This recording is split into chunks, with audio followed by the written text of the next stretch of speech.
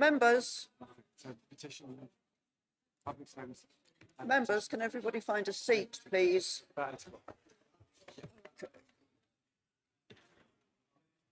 Councillor Broadhead, can we start? Yes, thank you. We're live though, Phil. Yeah.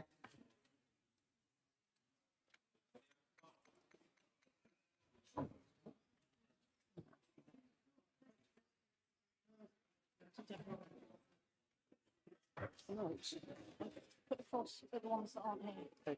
Yeah, got it.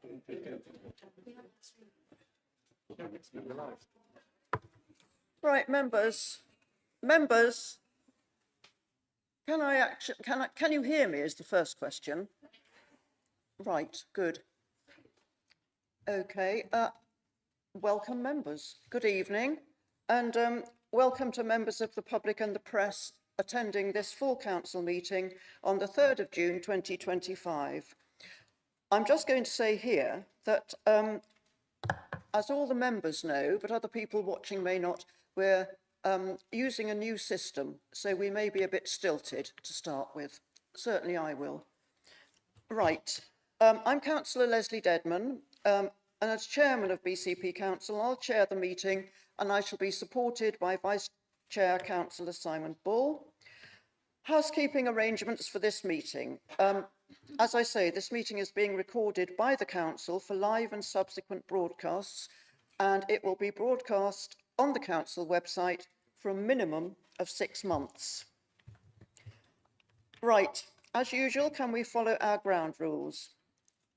If you wish to speak, please indicate.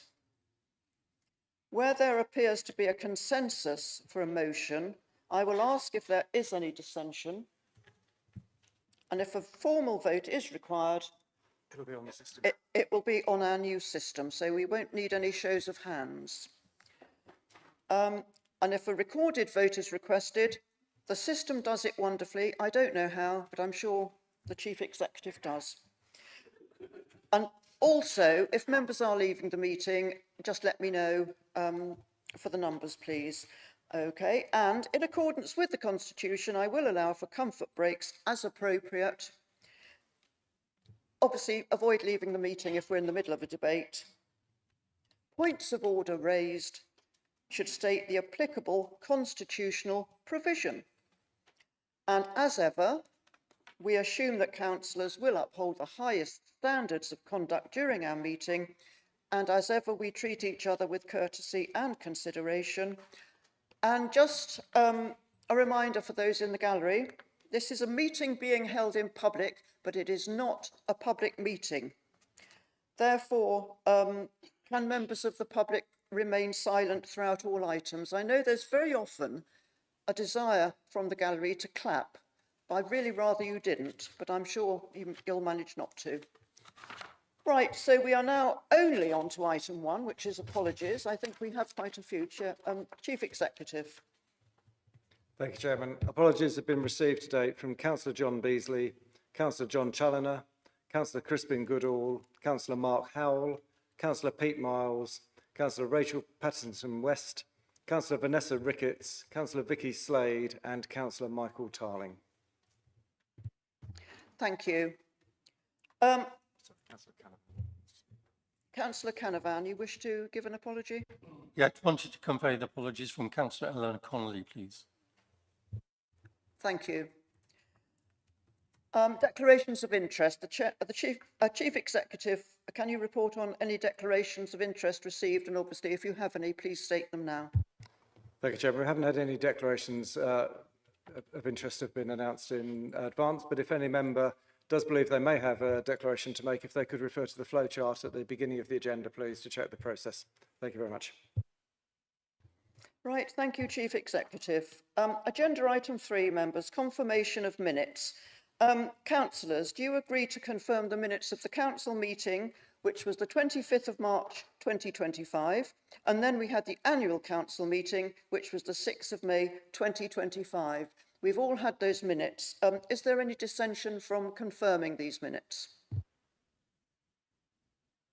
I think that's confirmed. Thank you. Agenda item 4, announcements and introductions from the chairman. I'm only going to give 2 because that's basically, I think, all I've done. But the main one to mention was that we had an anniversary. I think it was 150 years of the East Dorset Sailing Club, which is in Poole, not East Dorset. And we were very privileged to have Her Royal Highness the Princess Anne in attendance, and she was very, very interested in all that was going on because, of course, she is a keen sailor. And the other thing I'd like to announce is that I presented Chairman's Awards, which this year, because we made it a little bit easier to do, I simply asked the mayors of each town, that was Bournemouth, Christchurch and Poole, to give me the names of people they think should get 1 award from the chairman. For Bournemouth, it was Darren Wiles, who is a detectorist. From Christchurch, it was Mary Reader. I can't read out the list of what Mary Reader did, but she basically started the food festival in Christchurch and a lot of other things. And then Poole nominated Poole Borough Band, which we all know is brilliant. So that was very, very nice. And I think the Vice Chairman is going to give an announcement. Thank you, Chair. With your permission, I just would like to say congratulations to the newly elected mayors of the 3 towns, Councillor Mark Howell, Councillor Jackie Edwards and Councillor Vivian Sherritt. Oh, I said that right. Thank you. Thank you, Councillor Ball. Right, that was agenda item 4. Agenda item 5, this is our public questions and statements. Now, as I think we all know, we've got a very full agenda tonight. We also have a significant number of questions and statements received in advance of the evening. The time given for this in the Constitution is 15 minutes, but this is not going to be enough. I will allow 30 minutes. And then I'm afraid it will be written answers to those who don't get their question asked. And that written answer will be provided to the questioner within 2 working days of the meeting, and also councillors will also be emailed a copy, and the remaining statements will be on our website. Right, so I have a separate sheet here. Public speaker number 1, I think, is Ian Beeching.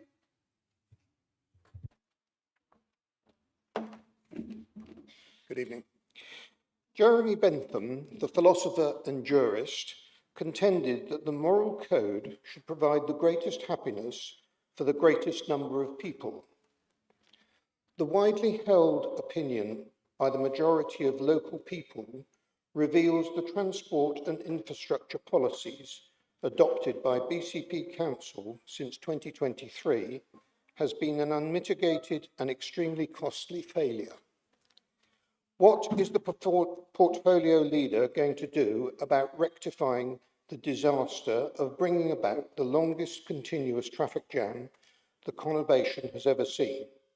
When will he stop spending millions of pounds on unused cycle lanes while trying to placate a vocal minority? BHAT. As a democratically elected councillor, what right does Hadley have to ignore those ideals, to put his own personal happiness above those of the greatest number of people in the BCP area?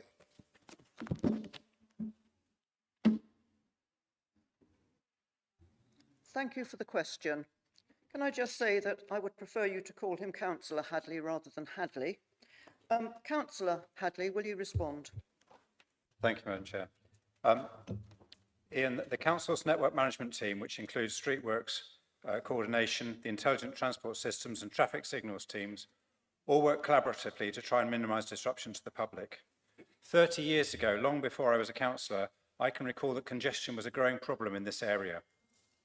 And it's not new or caused by me in the last 2 years, despite what some posts on social media may tell you.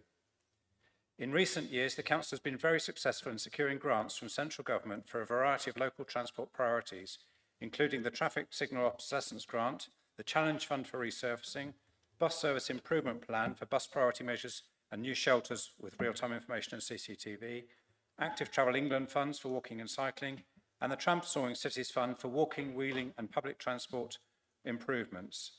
Delivery of these improvements to the transport network alongside the utilities infrastructure emergency repairs and upgrades inevitably leads to disruption to the transport network. In regard to your specific point about investment in unused cycle lanes, where new lanes have been installed, the majority of the cost is often on traffic management and on the resurfacing of the carriageways for all users.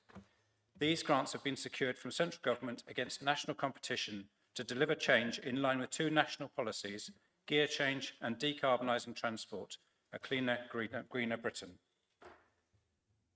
Post-scheme monitoring indicates there is a site-dependent increase in cycle usage on the TCF schemes averaging 13%, with one site seeing a 61% increase. For pedestrians, increases are indicating an average of 28% increase, again site-dependent. This is not about my personal happiness, but about supporting safety and choice for road users rendered vulnerable by the action of others and the huge impacts on families affected by trauma or death on the highway. Thank you, Councillor Hadley. Thank you, Mr. Beeching, for your question. We have another questioner from Gabrielle Sanger-Stevens. I believe you're next. And the question is on Whitecliff Gate. Would you like to start your question? Thank you. Last year, The Echo ran a series of stories featuring the Arc Cafe business in Poole Park. The articles advised of substantial business loss and demands for the opening of Whitecliff Gate, that being the cause of these losses. Legal action and very expensive proceedings to be brought were the quotes used. Can the council detail what actions have been received from that or any other business, and is the council or its appointed representatives in any ongoing negotiations involving Whitecliff Gate? Thank you. I believe Councillor Hadley will answer this as well. Thank you, Madam Chair. Gabrielle, I'm advised that beyond the initial letter and the press coverage that you mentioned, no further actions have been received from this or any other business in the park. Thank you, Councillor Hadley. Our next question is from Marianne Cousins, which is a question on road narrowing as part of the cycle infrastructure. Thank you. Can you ask your question, please? Thank you. Thank you, yes. Has BCP Council asked for or received any feedback from the emergency services regarding traffic delays that they've experienced as a result of several major roads being narrowed due to cycling infrastructure projects, such as Whiteleg Way, Wallace Down, Wimborne Road, including bollards and road closures, for example at Poole Quay? Recently, a number of SWAS paramedics stated on social media platforms that there is a risk to life as a result of these changes. Has there been any confirmed adverse impact to serious police or fire service incident responses, or to health conditions and or any additional deaths due to the increased ambulance journey times, which all our emergency services are now subjected to because of the reduced road widths? And can you please share the sources used to support your response? Thank you. Thank you for the question, and I think again Councillor Hadley will answer. Thank you, Madam Chair. Marion, the Council engages with the emergency services who are a statutory consultee for proposed changes to the highway. These are the same people who attend the serious injuries or fatalities on our highways caused by excessive speed and careless, reckless driving. They know the true outcomes of providing separate protected space.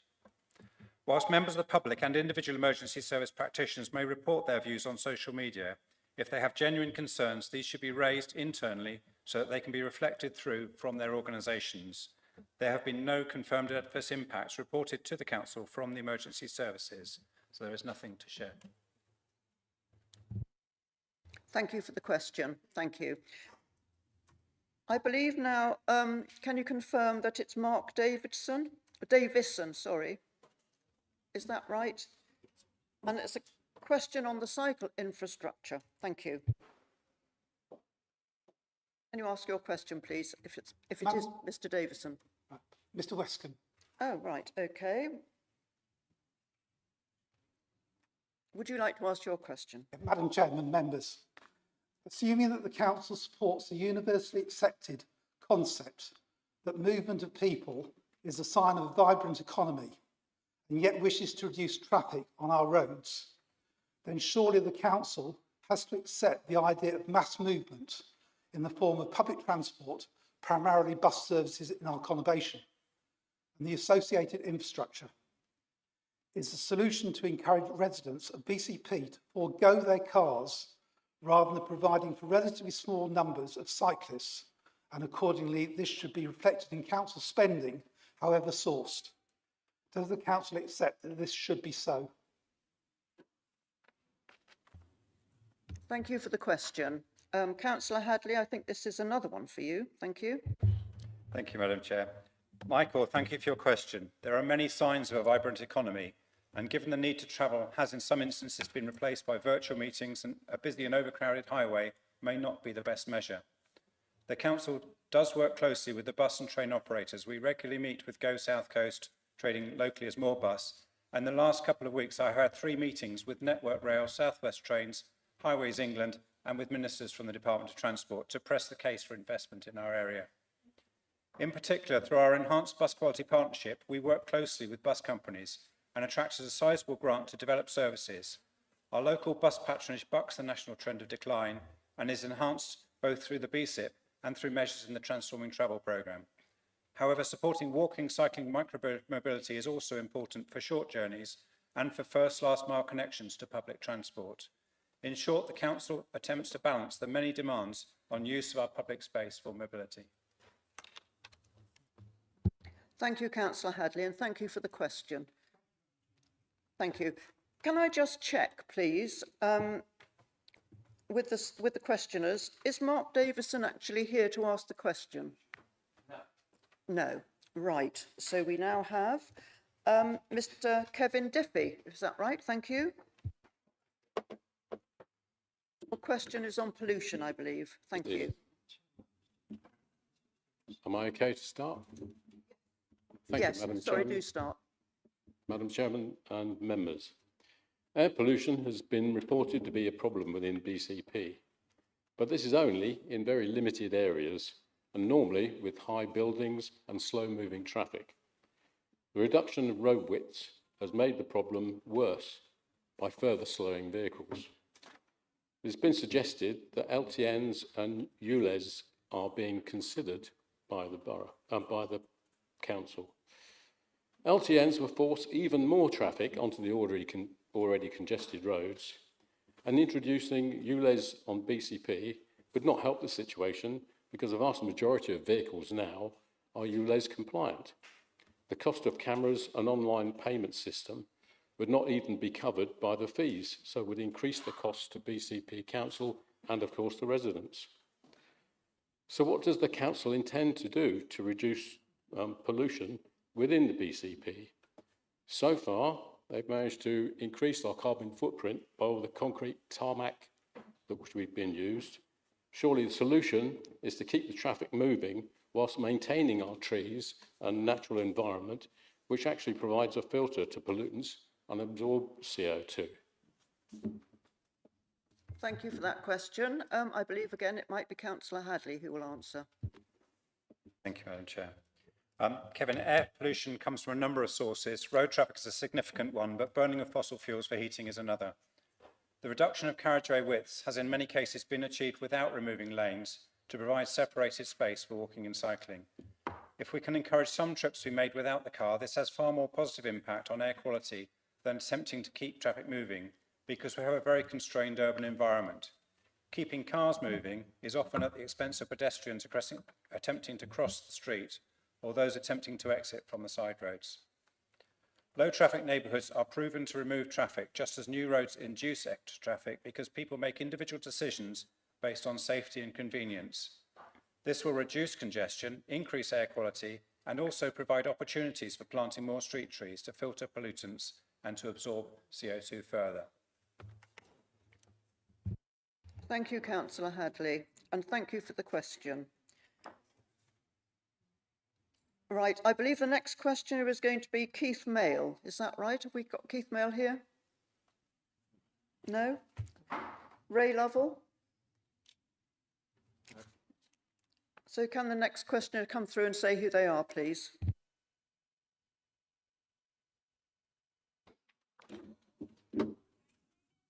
Good evening, Madam Chair, Mark White. Thank you. Would you like to start? Thank you.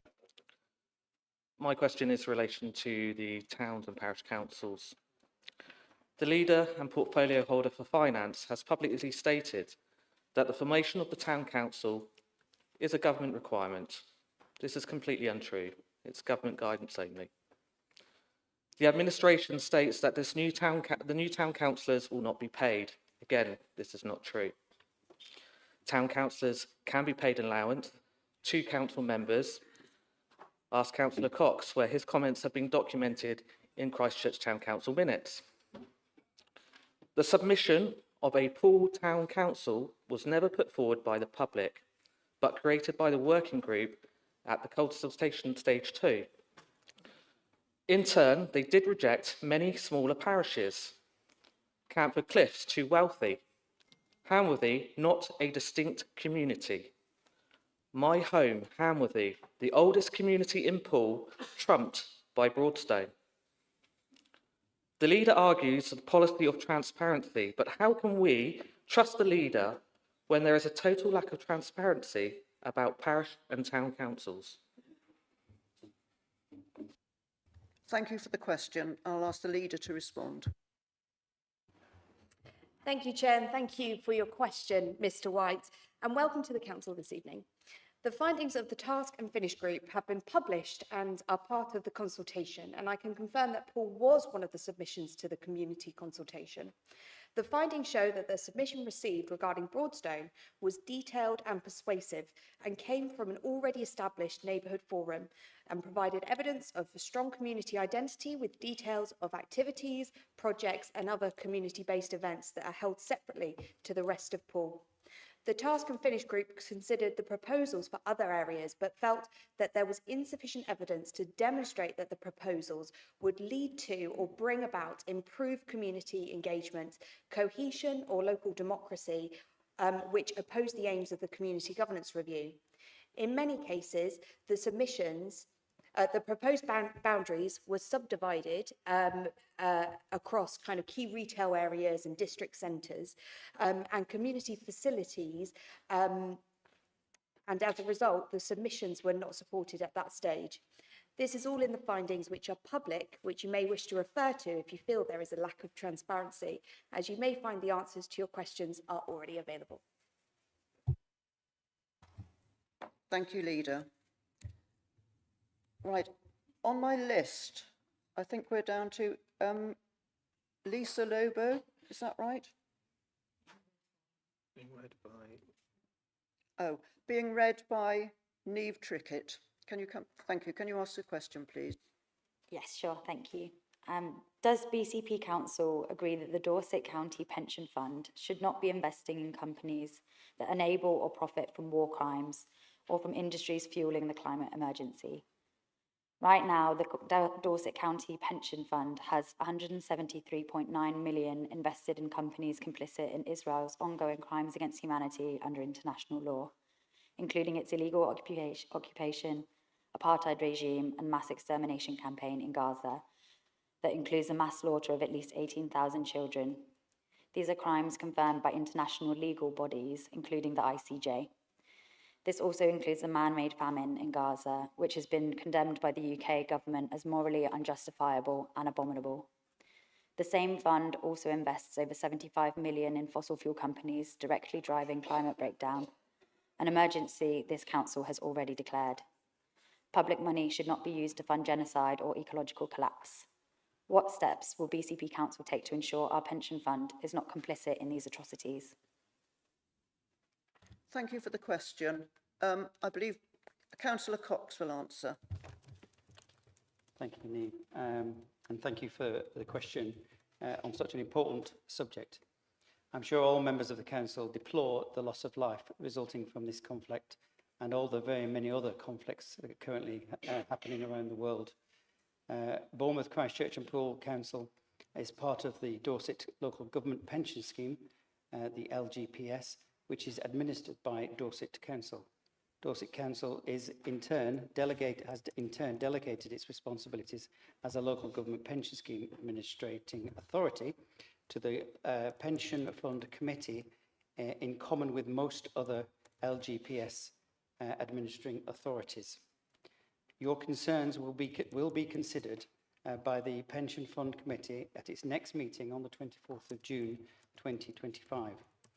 The Dorset Pension Fund Committee's approach to fossil fuels, as is set out in its investment strategy statement, requires all external investment managers to consider and manage all financially material risks arising from environmental issues, including those of climate change. In its meeting in September 2020, the Dorset Pension Scheme Committee agreed to a strategy of decarbonisation, meaning a reduction in the allocations of investments to companies which are high carbon emitters and looking to influence the demand for fossil fuels and their financing, not just their supply. Significant decarbonisation has been and will continue to be achieved through the transition of assets to the management of Brunel Pension Partnership. Approximately 10% of the pension fund's assets are invested in Brunel's global sustainability equities fund, all of which, with all other activities managed, Brunel funds committed to a policy of 7% year-on-year reduction in their carbon footprint. The pension fund no longer has any direct investments in individual companies, including fossil fuel companies. But can you hear me? Okay, I'll try that. But it does have a direct exposure to such companies through its holdings in pooled investment vehicles. As at the 31st of December 2024, the value of the pensions fund's investments in companies primarily involved in the exploitation, production and mining and or refining of fossil fuels was estimated to be approximately 68 million, 1.6% of the total investment assets. Thank you. Thank you, Councillor Cox. Thank you for the question.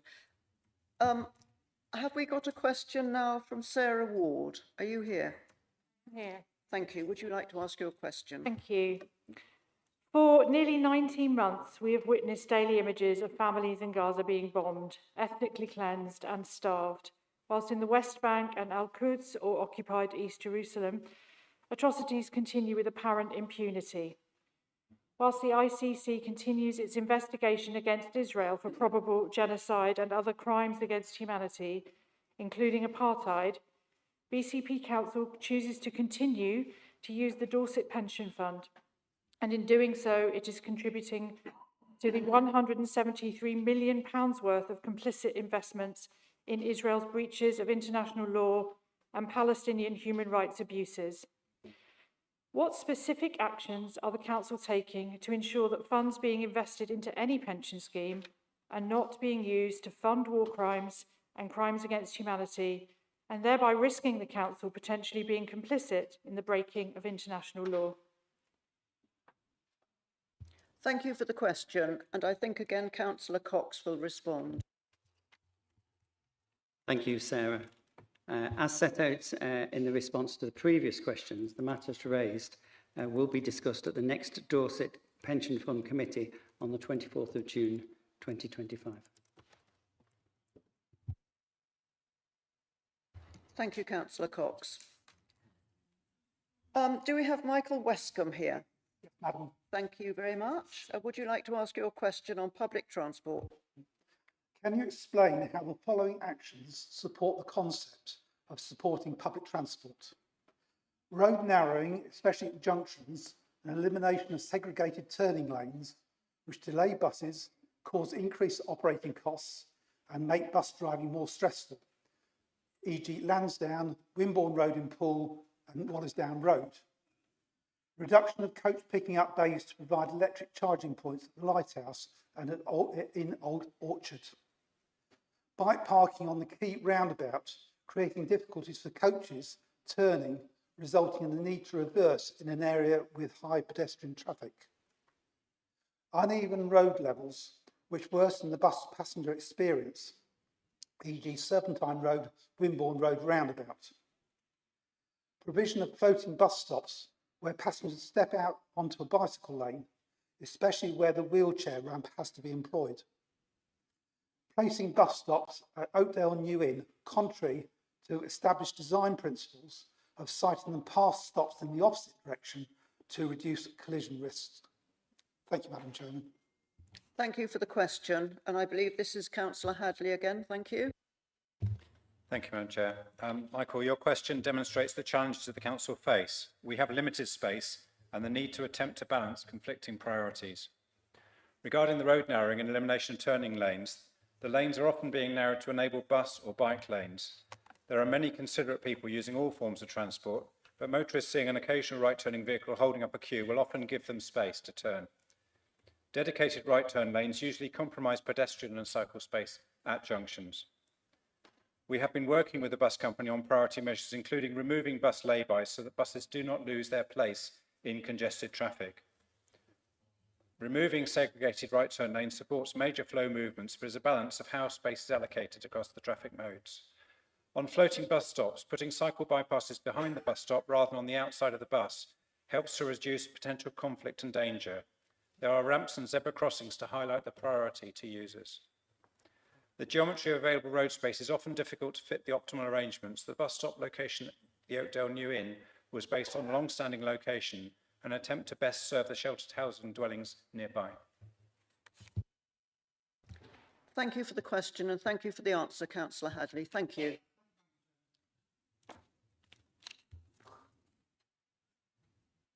Do we have a question from Mr. Ray Lovell? No? Okay. And is Mr. Mark White here? Thank you, Mr. White. Can you put your question? Thank you, Chair. Leader, you're asking the residents of BCP and, more importantly, Poole, one of the biggest single questions since LGR. The issue of adding an extra layer of government should not be addressed by consultation alone. This administration has a bad reputation when it comes to consultation, with many residents widely cynical. The public are aware that any responses given are largely ignored. With many given their lives so that we can live in a democracy, will the leader commit to putting this to the public vote either now or in 2027? If this is about greater democracy, as the leader constantly argues, giving the people more of a say, then let us, the people, decide via the ballot box by a referendum. If not, will you please tell me and the whole of the council here tonight why you will not give us a vote? Thank you. Thank you for the question. And can I ask the leader to answer, please? As councillors who have been elected by their communities, we have to take into account a wide range of views in decision making, but we also have to balance those against the priorities which we were elected to deliver. Here I have the Bournemouth, Christchurch and Poole Liberal Democrat priority publication, which was widely distributed by me, my fellow candidates and our campaign volunteers in the 2023 BCP Council election. It clearly states that we will create community councils to put power back into the hands of local residents and work positively with parish councils to get the best for residents.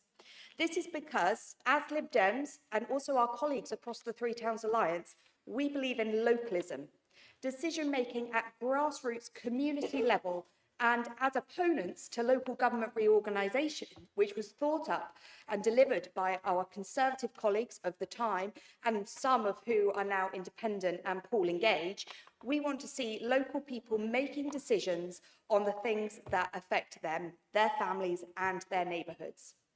Having won the popular vote in 2023 with 62,000 votes on this very clear mandate, we have to take into consideration that when we make decisions on the community governance review, that residents asked for that in 2023. Thank you, Leader, and thank you, Mr. White, for your question. Can I just say that I think we're coming to our 30 minutes, but I'm going to allow some statements. Mr. White, you have a statement down here. Would you like to come back? No?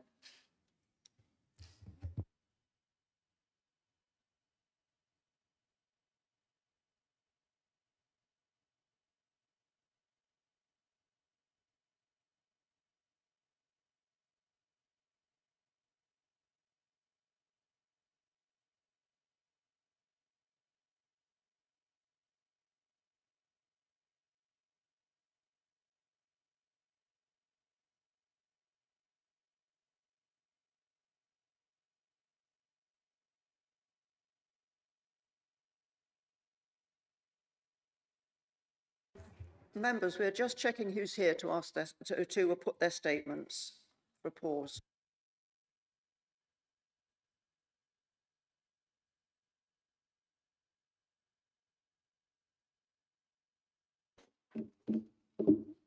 Thank you. Would you like to can you tell us who you are and put your statement, please?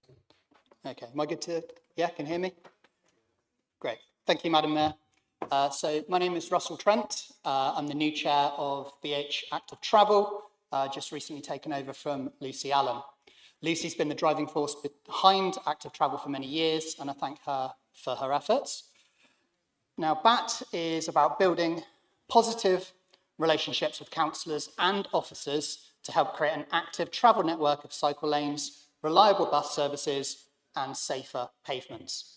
I want to say thank you to the current administration and officers for the recently completed and ongoing travel projects, a massive improvement, and also for the new 20-mile-an-hour zones too. Now, I welcome them. It will make it safer for everyone, including children, walking and cycling to school, something I'm very keen to promote. Now, we understand that budgets are tight and funding is limited, but without the infrastructure in place to make cycling safer and to make bus travel more reliable, we do absolutely face a car-based grid-locked crisis in this area. So please, think big, be brave, do the right thing, and stick to the plan. Thank you. Thank you very much for the statement. I think we have time for two more statements. Mr. Blore, are you out there? Aslin, sorry. Would you like to come and make your statement? Thank you. Yeah. My statement is pretty short, and it's about BCP Council's responsibility, legal responsibility, with regard to the Genocide Convention. The BCP Council must recognise its legal obligations under the Genocide Convention 1948. The International Court of Justice, ICJ, has determined that there is a plausible case that Israel is committing genocide against the Palestinian people. You all know this. This was in July last year. As a public authority, BCP Council has a duty to prevent complicity in genocide, including through its pension fund investments, continuing to invest in companies that supply arms and equipment to the Israeli military, risks breaching this obligation. We urge BCP Council to divest its pension fund from all such companies and to take all possible steps to avoid legal complicity in these atrocious crimes. Upholding international law is not optional. It is a binding duty for all public bodies in the UK. I'm done. Thank you. Thank you very much. I can see some other speakers outside. Is one of them Laura May? I don't know who I think they've agreed who's going to speak. I think, can I just say to the people who are making statements, can the next one come through? Thank you. Hello, good evening, Council. Thank you so much for hearing my statement. BCP Pension Fund holds £2 million in Honeywell, a key supplier in components for bombs, missiles and drones used in Israel's military assaults against Gaza. Honeywell's technology has been directly linked to the destruction of homes, hospitals, and schools, contributing to one of the deadliest assaults on civilians in modern history. By investing in Honeywell, BCP risks complicity in the ongoing atrocities against Palestine. We urge BCP Council to immediately divest from Honeywell and ensure the pension fund is not supporting the destruction of civilian life and essential infrastructure in Gaza. Thank you. Thank you very much for the statements. We can take one more. No? Is there nobody there? Right, thank you. Oh, right. Can you just say who you are? Josh Wright. Thank you.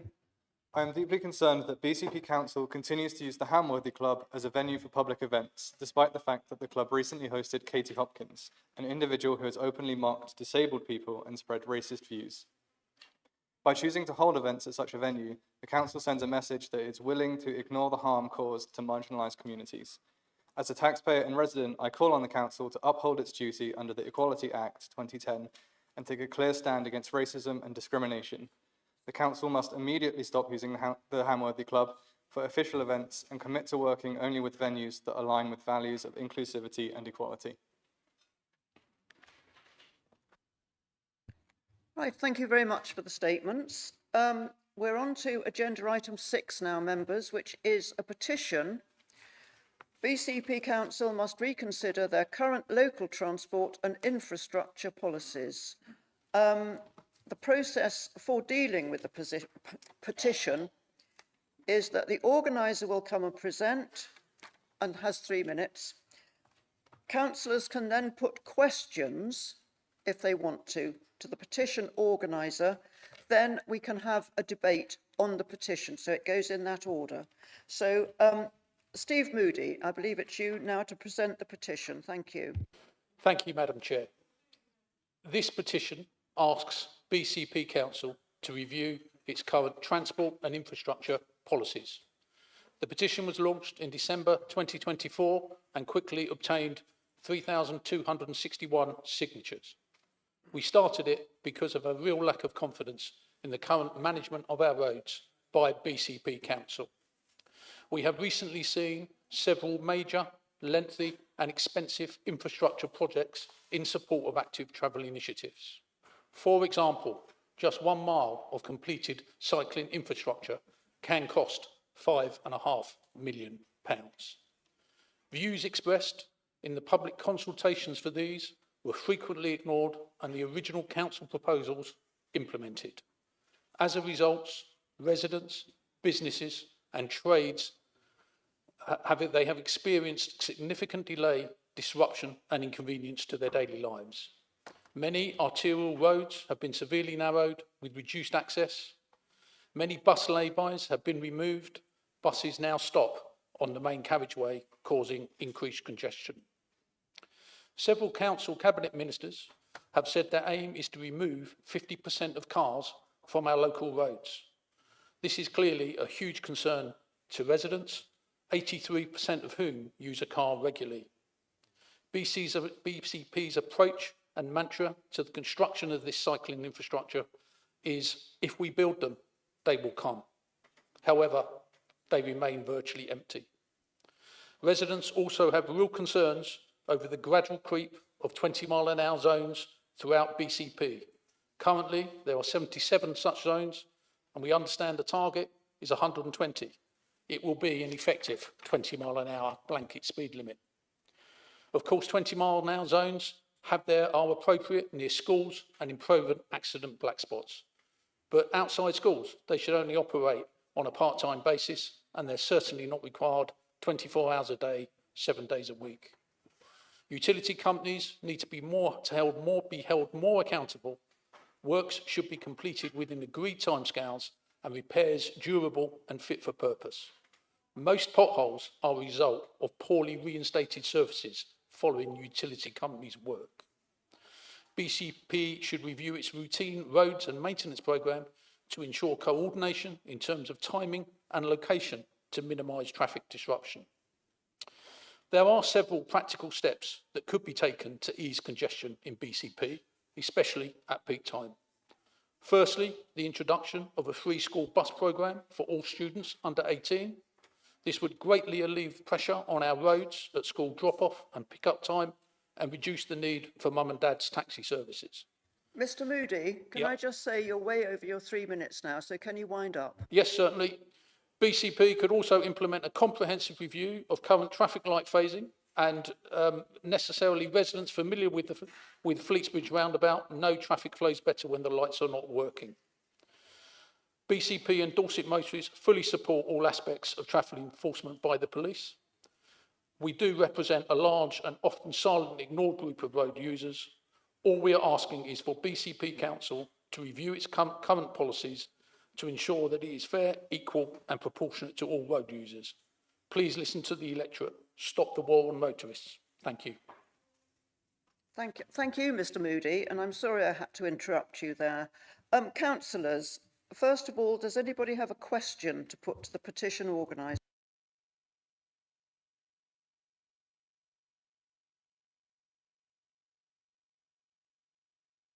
I think you're supposed to indicate. Thank you. I had Councillor Salmon. Kate Salmon got in first after all that. Sorry, Peter. Councillor Kate Salmon. Yeah. Press it again.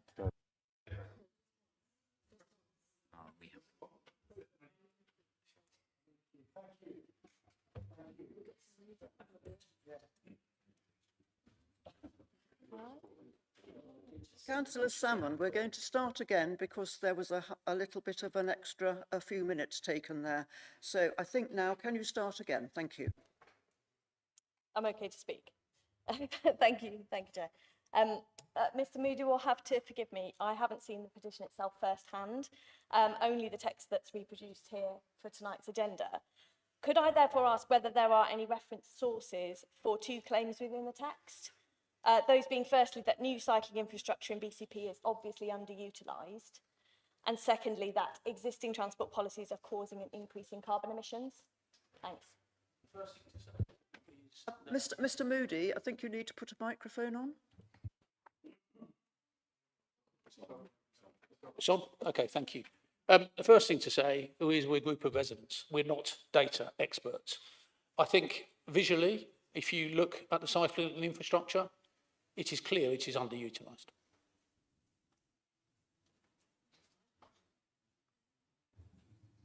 Thank you. Councillor Cooper, please. Yeah, God. I hope we get this right. No, you're fine, you're fine.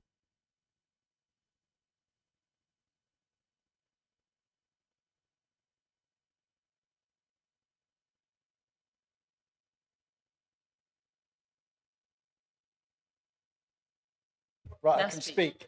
Okay, sorry. Yeah. So I just want to ask the question has the petition ignored the complexity, placed too much blame on the BCP Council for the inherent structural problems of management, and linked to that is the marketisation of the utilities and how that anarchic situation between gas, electric, telephones, traffic management, filling in potholes, that cross-market sector do not coordinate with each other. Have you taken that into consideration when you're looking at this petition, and who is at the root cause of the causes of the manic problems we have across the conurbation? Thank you. Do I have to press anything?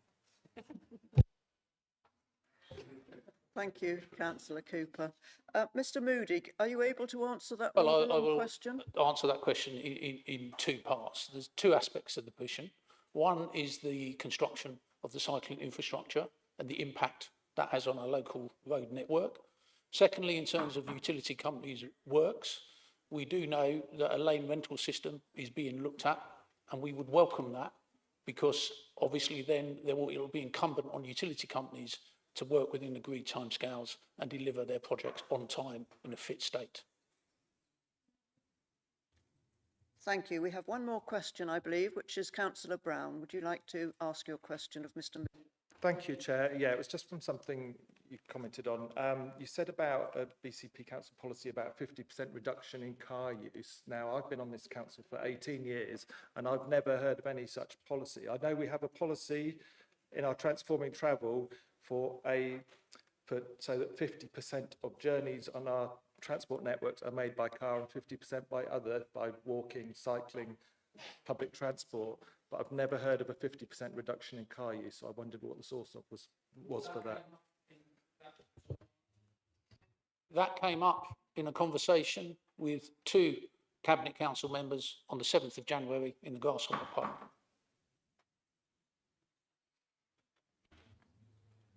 It's a factual source.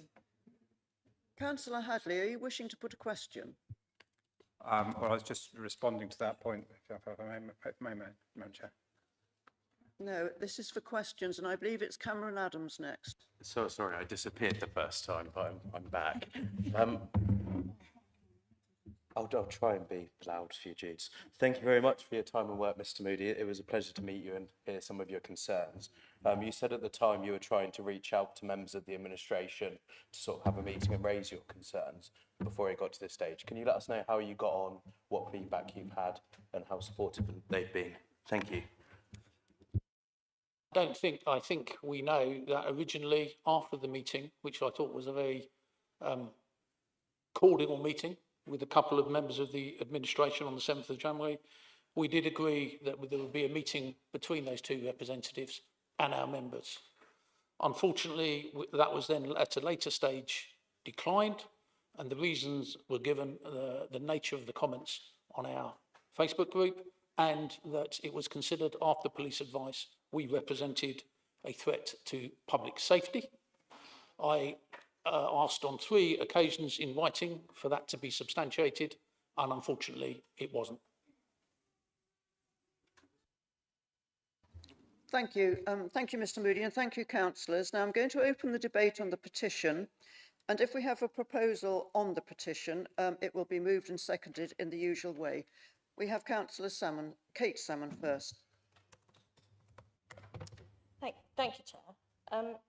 First, I want to thank the petitioners for taking the time to organise and to share their views with us. Local government should never be afraid of feedback, even when it's uncomfortable.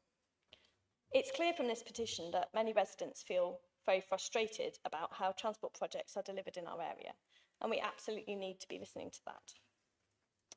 However, I do have concerns about some of the sentiments expressed within the petition text, and indeed by some of the public speakers earlier this evening. In particular, the sense of us and them which runs through it, which frames support for active travel as something other or niche. The idea that there's a war between drivers and cyclists is a false and unhelpful narrative. We're simply not talking about an either or. Improvements to our roads which make them easier for walkers and wheelers to use benefit everyone, because more people who can will choose active modes of travel when the streets are safe and well designed for them to do so. That in turn reduces the number of cars on the roads, enabling those who need to travel by car to do so more easily. It's a process that takes time, and yes, disruption, while the engineering work is going on. And as I said, we do need to listen to feedback from residents like this, which challenges us to make sure that we're planning those engineering works to minimise disruption as much as possible. Luckily, we're currently right in the middle of developing a new local transport plan for our area alongside colleagues at Dorset Council. I sit on the working group for this here at BCP and attend regular meetings with officers. The process includes a number of opportunities for residents, businesses and other stakeholders to provide exactly this sort of feedback. Some of those opportunities have already taken place, including the Transport Conference in March and business and resident surveys conducted in April and May. The LTP4 team are now preparing for a further consultation period that I believe is due to start in late summer or early autumn. Given that, I'd like to propose that we refer this petition to the LTP4 working group in accordance with Article 13.22.9 of the Constitution, for it to be considered by that body as a piece of evidence to be fed into the continued development of LTP4. Thank you. Thank you, Councillor. Do you have a seconder for that? Yes, I'm happy to second that. Thank you. Do you wish to speak, Councillor Dower? No, I'll see that. Thank you. Does anybody else wish to enter the debate before we go to the vote on the proposal? Can you press your button, Councillor? Yeah. I think I've got Councillor Cooper first. Okay, right, I'm up. Right, just very quickly, I think there's some things missing on this, so I'll do them in bullet points, and I think they need working on. It's great that you brought this to the chamber. Is a critical kind of oversight of marketisation in the petition and how it impacts on local authorities. Misplaced accountability. Seems that BCP gets the whole wealth of blame. I don't think that's fair. If you look at how national government tells us to do stuff, different budgets come in, we have to spend them, we haven't got much choice on that, and there's different parts of infrastructure that we have to manage with that. But then we've got the kind of a lack of a structural critique, which is really by leaving out the impact of how the marketisation, I'm sorry to sound old-fashioned, but this is when the local authority did have a grip on most things that happened within its boundaries. So what's missing, and I'll kind of sum up because I could go on for days on this and you'd all fall asleep. It's a call for greater regulatory power for councils to manage and schedule utility works. I think it's absolutely crucial to address some of the things you're talking about. Criticism of a profit-driven model of infrastructure management, which we seem to be frightened of doing. An acknowledgement of how austerity, if you remember that, and outsourcing have weakened the council's ability to plan. A demand for public accountable coordination bodies to public accountable, I should say, bodies to manage road and infrastructure development. And I think these are at the root cause of a lot. Yeah, there's chaos out there, but it's not BC Council's individual fault, and we need to unpick that so we can manage it. Thank you. Thank you, Councillor Cooper. I have Margaret Phipps. Councillor Margaret Phipps next. Do I have to press anything? No. Okay. Thank you. Okay, well, I may have somewhat of an alternative view to some in this chamber, but I do agree with many of the sentiments expressed in the petition and also many of the public questions. I am on the cross-party working group for the new local transport plan 4, which is being prepared.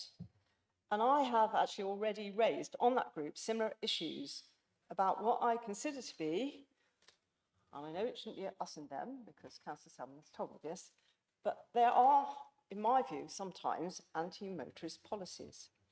I am absolutely all for road safety, but sometimes it seems there's an effort to, what is in inverted commas, re-educate us as to how we get from A to B, but there are many people that can't do it in any other way than by a car. So many people need their vehicles. And then, of course, when you get out on the roads in the mornings, like many of us do, all you see all the time are vans and business people, people going to work. They need their tools, they need their equipment, the freight. It's what keeps us going and makes the area prosper. And we need to consider everyone. But I don't always see that happening, I'm afraid. I also see wide cycleways which are unused, with cyclists still using the road instead and causing congestion. I did make a suggestion at the cross-party group that perhaps if we put in these brand new cycleways at great expense, there should be a bylaw that actually cyclists should use them. But I'm not sure that's going to happen. I will say that the LTP4, Local Transport Plan 4, will be coming out, or the draft of it will be coming out for consultation again soon. And I do ask everyone who's really looking at this to respond, because I think we should have a fair transport plan, a fair plan for everyone. And I think we should be listening here to everyone, cyclists, motorists, and everyone. And we also should be able to have confidence in the outcome from consultations, and they should not be a tick box exercise. I'm not saying that they are, but this is a perception at times. So I hope we'll think about all this. Thank you very much. Thank you, Councillor Phipps. Councillor Bartlett. Just say, Councillor Salmon, you're down the list after Councillor Broadhead. I believe if I want to bring a procedural motion Oh, for the okay. thing, I Right. need to do that and gazump the queue. Which section? Which section? I would like to Who wants to gazump the part queue? 4D rules 14.10 D. I would like to. Do I get the mic on? Can you hear me, or do I just need a booming voice, or do I need to wait?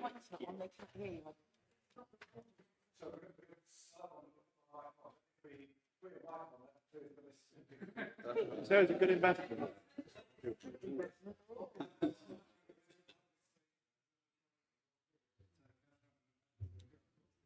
Yeah, that's what happened. I did also suspect.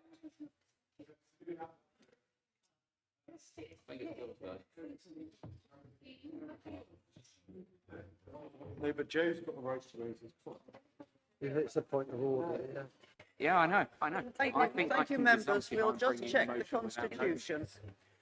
All right, so thank you, Chair. I would like to propose under Part 4D, Rule 14.10, subsection D, that we put this matter to a vote. I would much rather we move on rather than we engage in some cultural debate in the chamber. I would like us to vote on the proposal that was put forward by Kay. I don't see how, just because you want to put that forward, you get to sub the queue. Sorry? No, but Steve hasn't finished. I think it's because it's still on.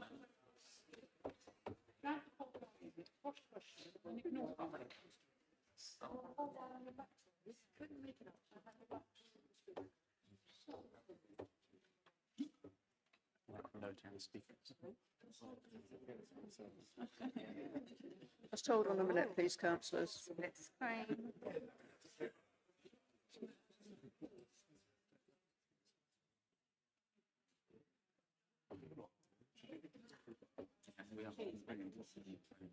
Steve's not. I think they're trying to support you.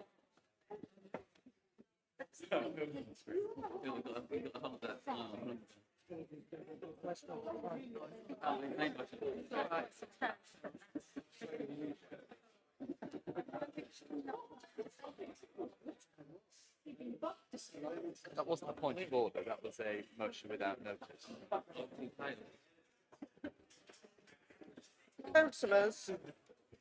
Councillors, we're whizzing through the Constitution, but my feeling is that we have to vote on whether to accede to Councillor Joe Salmon's request to go straight to the vote. So can I have people press yes or no? You can't gazump, can you? It's not a point, it wasn't a point of order, it's a motion without notice. Yeah, That's where it's turn. But I don't, you have to wait your turn. You can't just gazump the queue just to put forward that point.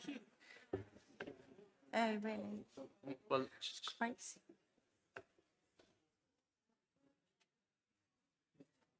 yeah, I know it's live, yeah. No swearing.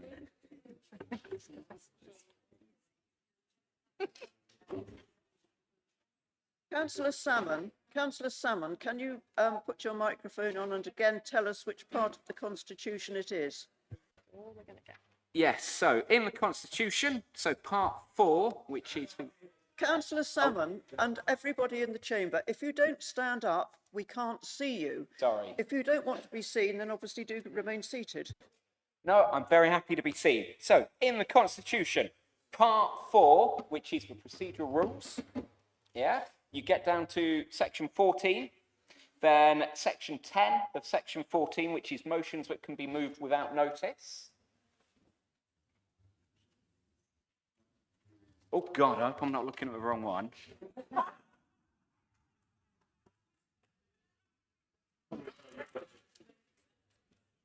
You're right. You're absolutely right. You're absolutely right. I'm looking at an older version. Right. It is 11.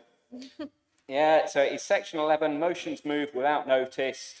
And then it is that the question now be put 11.13, 11.1.13. I'm very sorry, Chair.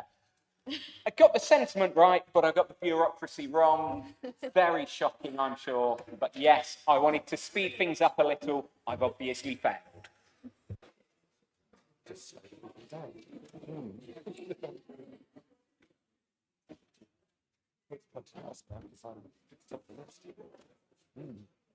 Councillor Salmon, thank you for clarifying that. No wonder we couldn't find it on the Constitution. Councillor Joe Salmon, do you have a seconder for that?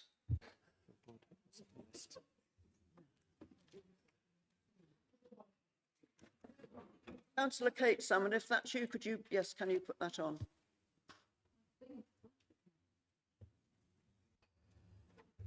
So now I think you've got to say your second. I'll wait till we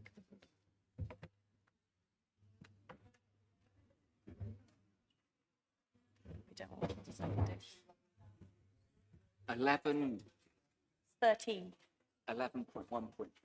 Yeah, 11.1. Right, we have clarified, members, and I'm glad to say that I was right, that we now have to go to our own vote to say, do we want to go to the vote or do we want more debate? I think we could have had the whole debate, basically, while we were waiting for this. So, members, do we wish to go straight to the vote? Right, I'm going to deny that request. Councillor Canavan, I'm so sorry. Is it a point of order?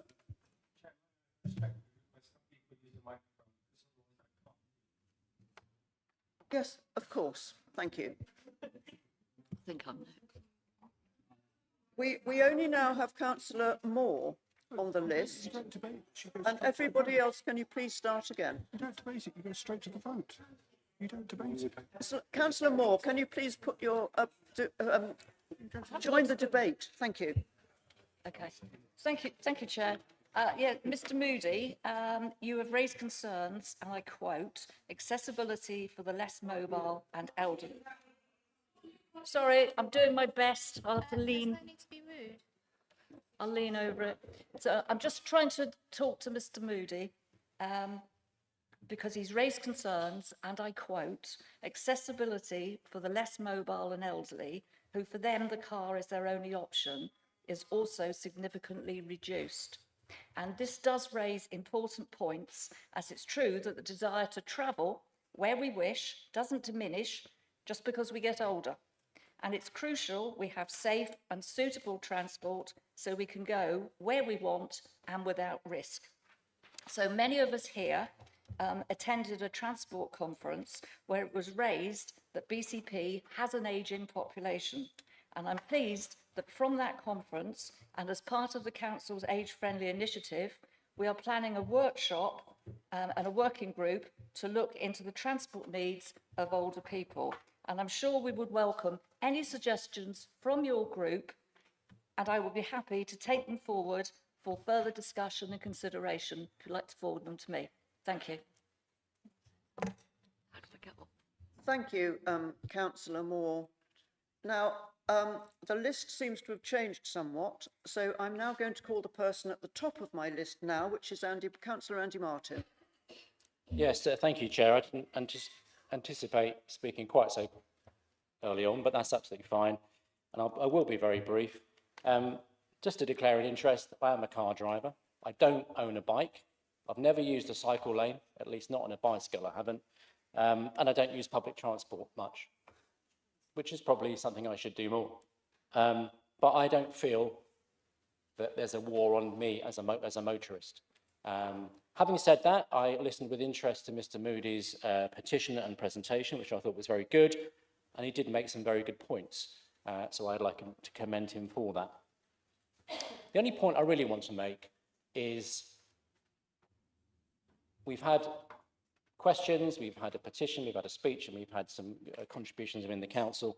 The only person who has mentioned what I think is the biggest issue is Andy Hadley, because he mentioned recklessness. The biggest issue for me is dangerous driving, dangerous drivers, recklessness on the roads. We see it every day. We've all seen it in our own wards. I've seen it around schools. I know that in one of the schools in our ward, There's increasing concern about the way parents behave around the school, the way they park, the way they drive, the way they leave the school run at 50 miles an hour or 60 miles an hour through residential roads. That's the biggest issue as far as I'm concerned. Yes, of course, congestion is a problem, but I think what we are doing, or what we should be doing, is focusing on road safety. And I think that is the most important point.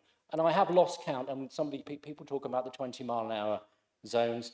I have lost count of the number of residents in my area who want speed limit reductions because of the amount of traffic that goes speeding down roads that are parallel to the main Lymington Road. So can I just put a plea out? Let's focus as well on road safety, preventing deaths, preventing serious injuries. And let's just ask drivers not to be so self-obsessed about getting somewhere in record time. They should be focused on the drive, they should be focused on road safety, on not being involved in accidents, and not being so self-obsessed about getting from A to B. Road safety is the most important thing. Thank you. Thank you, Councillor Martin. We have now Councillor Philip Broadhead. Thank you very much, Chairman. Can I also thank Mr. Moody and your group for the petition today? I thought it was well constructed. I thought it was very thoughtful, and actually, contrary to what we've heard from some of the others, I didn't think it was anti-active travel at all. I simply think it's the voice of the residents, and I think it's our job to listen to the voice of the residents. Now, many colleagues in this room will know that I'm an active travel advocate, like many others in this room, but only when it's done carefully and equitably.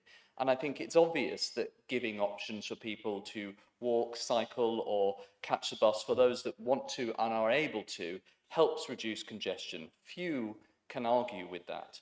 But I think what this petition highlights is that many in our communities, many of our residents simply feel that it's just gone too far at present. Not because getting that balance right isn't relevant anymore, but because the current administration don't seem to care about that balance. Now, it's bad enough that their plans now revolve around, or seem to revolve around, a we know best, rather than listening to consultations or the public. If they don't get the answer that they like, we've heard again and again, they simply ignore it.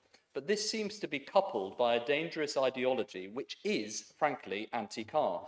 Blanket 20-mile-per-hour speed limits, road closures, and, as we've heard, a self-confessed aim to make roads more difficult for drivers, or with the aim, essentially, to force them off the road. Now, that isn't balance. Instead of a carrot approach, focusing on making our roads safer for all, it's now just one giant stick. And that's what I'm hearing loud and clear from many of the residents. That's what we're hearing loud and clear from this petition. I think this petition really demonstrates that. Why else would people sign it if they didn't think things had gone too far? So I think we need to listen to that voice, and I think we need to do something about it.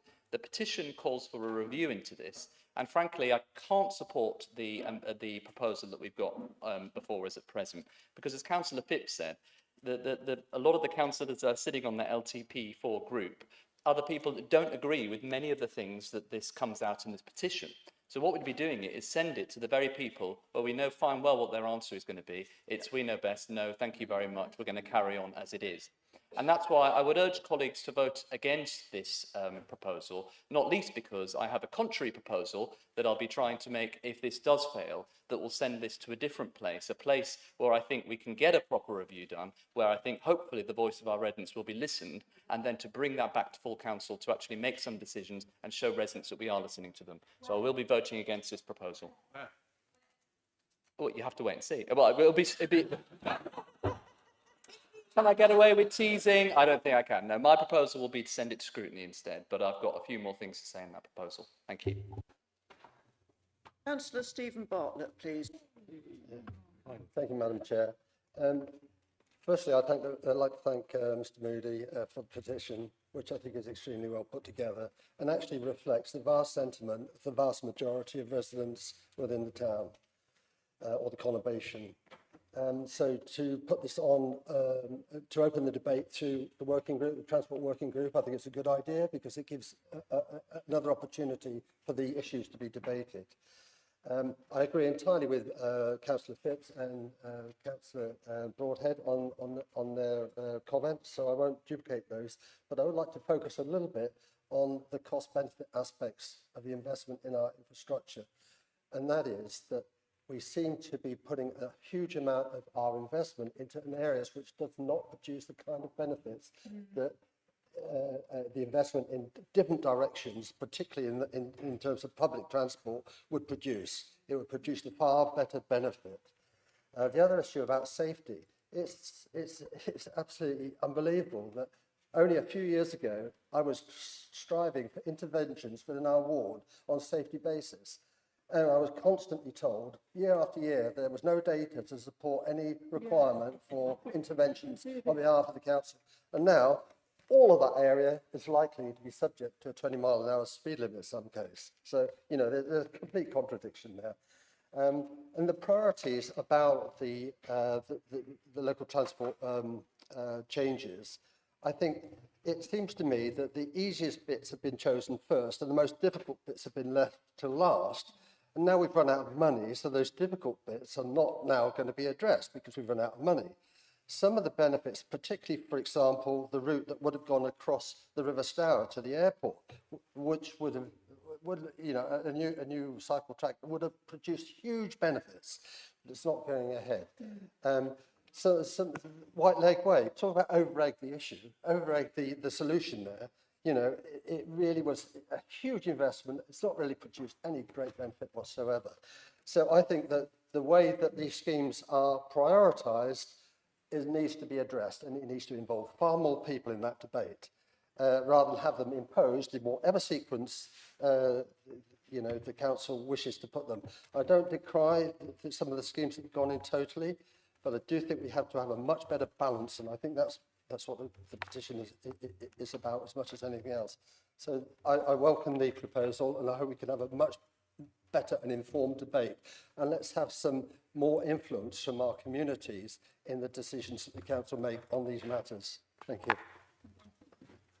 Councillor Bartlett, thank you for that. You just went over a little bit. If you look at the screen, you can speed up and get to your timing. Councillor Brown, I think you're next, please. Yes, thank you for the petition and the opportunity to discuss our travel policies. I'm a member of the Facebook group and I do listen to the discussions and I occasionally engage in them. While the petition expresses a lack of confidence in BCP Council's management of our roads, I just have to say, in my 18 years experience as a local councillor, I've been pleased to work with some amazing dedicated officers in our highways and transportation teams. And I'd just like to thank them for what they've achieved with the maintenance and management of our roads and our public transport over so many years with the limited resources that they're given to do that. The petition refers to our local transport policy, so I just wanted to share my personal experience of transforming travel. I'm a motorist and I regularly drive locally, but since 2019 my travel habits have changed. Why is that? Because barrel bikes appeared on our streets thanks to BCP. So I decided to try them out. First time that I'd cycled for several decades since I was a youngster. And I now regularly use barrel bikes and barrel scooters, having done the Scoot Happy course, to get about, including coming here tonight. And my barrel app tells me that I've now completed 262 barrel trips, a total of 1,001 kilometres. Every single one of those kilometres would have otherwise been in a car, causing more congestion on our streets. Since January, I tend to leave my car at home all the time during the week, and I leave it on the driveway and I use a barrel bike to come here, using the new cycle routes which have been built on Wallisdown Road and Glenfurniss Avenue. I saw them being built as I was driving here regularly, and now I'm using them as a cyclist on the new cycleways, going over the new bridges on Glenfurniss Avenue, because they've given me the opportunity to travel safely, leaving my car at home. And without those improvements, I'd still be using my car and causing more congestion. You referenced about the saying about build it and they will come. Well, BCP have built it and they are coming, because in my experience, those travel routes, those cycling routes are getting busier and busier and busier. And I always have to move aside and move away for other cyclists that are on there. If I'm going into Poole now, I tend to get on the bus because BCP investment has made them more frequent and more affordable. So I tend to go to meetings in Poole on the bus.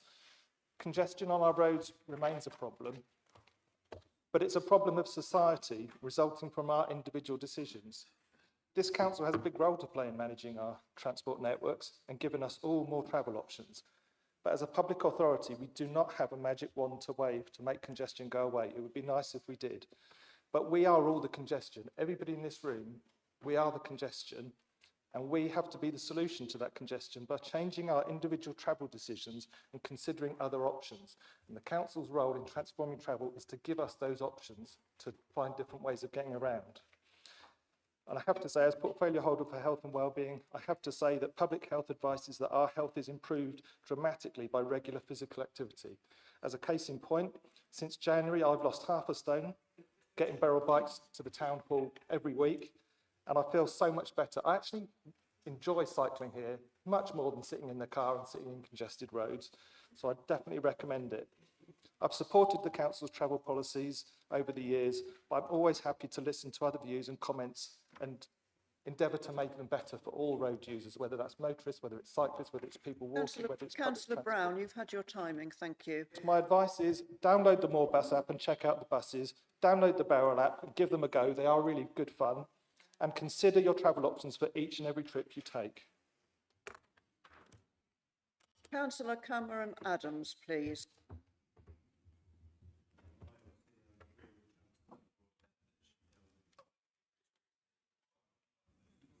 Oh, there we go, legend. Sorry, I'll start again. I agree with Phil that it should be dealt with publicly through scrutiny rather than behind closed doors. I think it's what the 3,000 odd people that signed the petition would expect, as would many of the members of the public. And I'll caveat what I'm about to say with the fact that I do think some active travel measures are quite good. I'm a big fan of school streets, which are a targeted intervention that solve a specific issue at the time that it occurs. I'm sure the cycling people won't like the rest of what I've got to say though, because I think Councillor Phipps is completely right. I don't think there's a war between drivers and cyclists as much as some cycle-obsessed sycophancy. For this council, it's not just improving options, it is targeting motorists, often at the expense of the needs of the disabled, elderly, bus users or many others.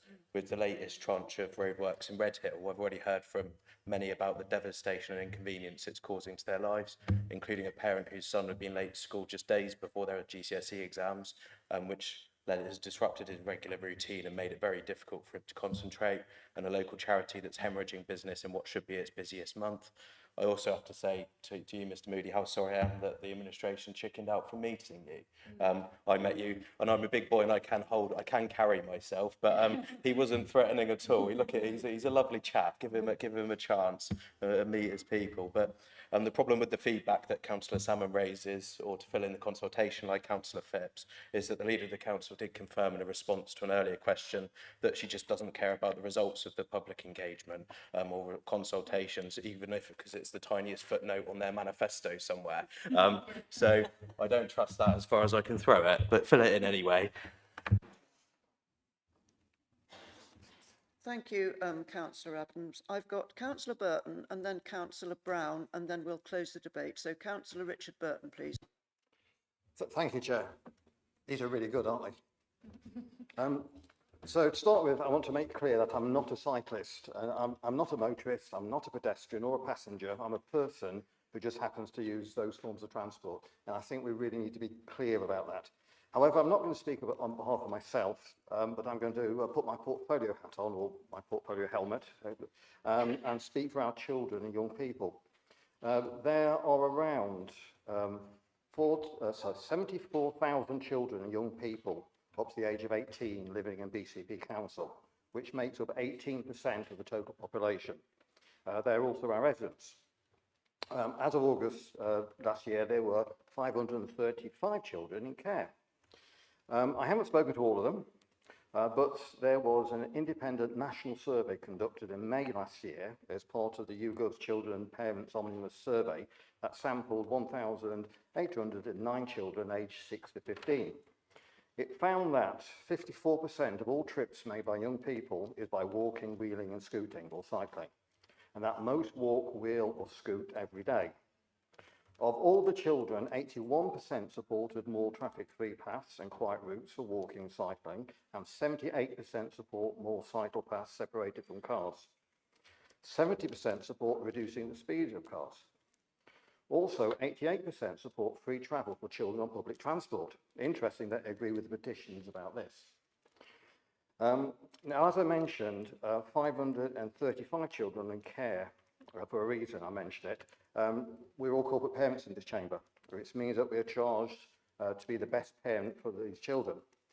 It means acting for children and young people's best interests, supporting them to exercise their rights, their entitlements, and promote their physical and mental health and well-being.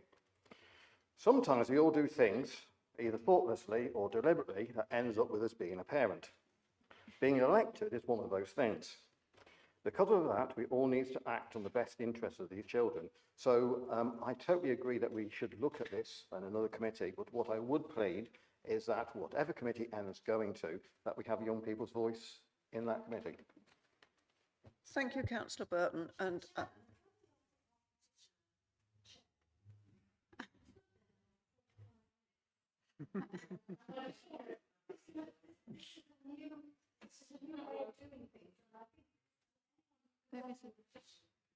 He's fine, he's fine. thank you, Councillor Filer. Councillor Olivia Brown, please. Thank you, Chair, and thank you, Mr Moody. I'm afraid Councillor Burton's rather stolen my thunder because I want to talk about us as corporate parents, and I want to talk about the children in our conurbation, because Councillor Herritt and I regularly go into a secondary school in our conurbation where children consistently tell us they are worried about the, getting to school, crossing roads, dangerous driving, speed limits. The school in my ward has a 40-mile-an-hour road outside it, and we can't seem to do anything about it without spending lots of money. And I would like to say that children's voices are incredibly important. So if we do raise this, wherever we raise it, they need to be part of the conversation, because they are the future. And actually, they are the people that we are moving forwards to look after, and this is going to impact them in air quality, road safety, and how we are an example to them. So I think it's very important that we include their voice.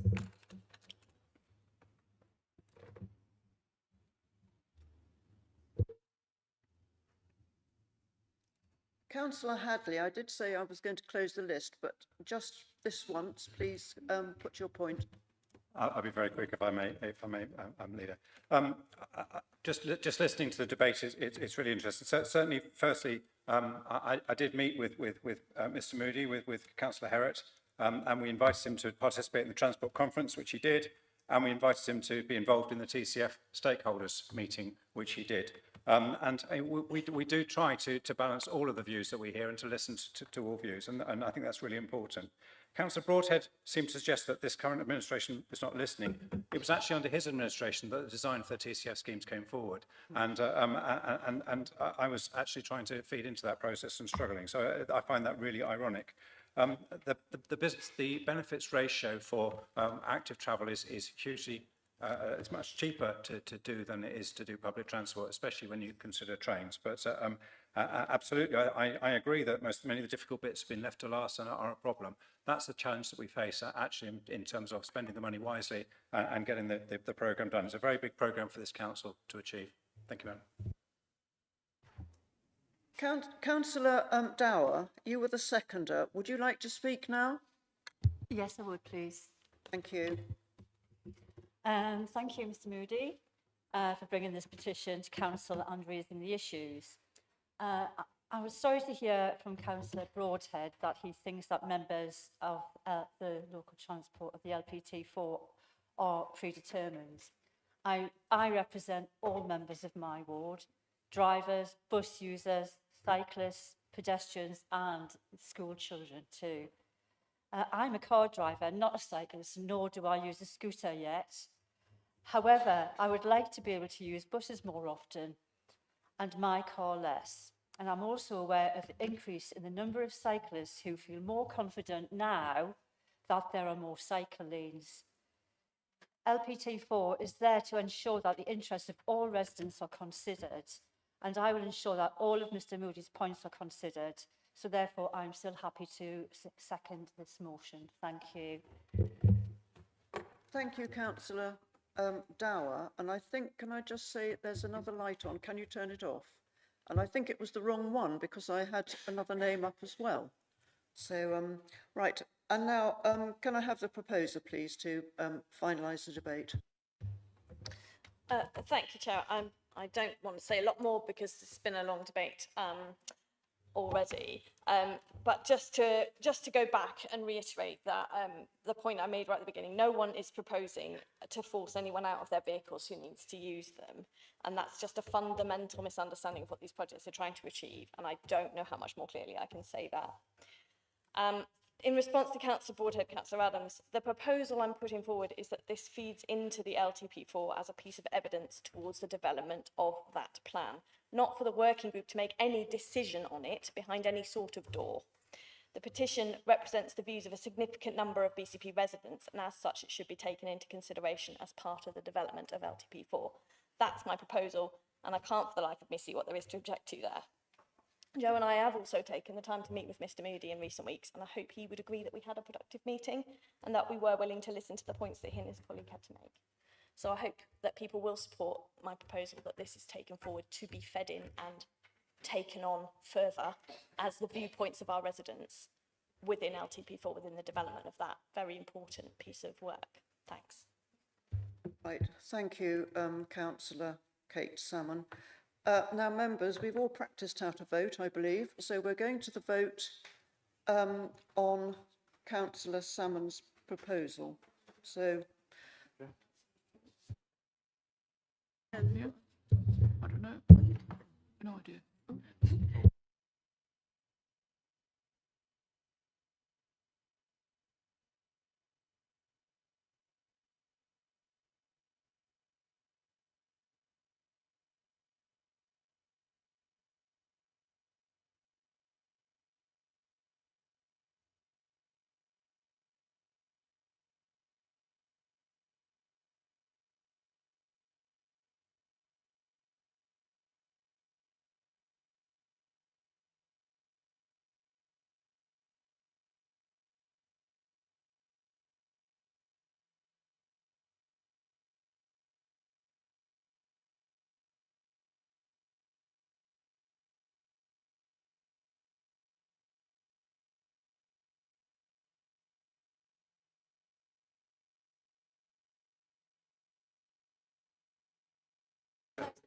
members, have we all voted?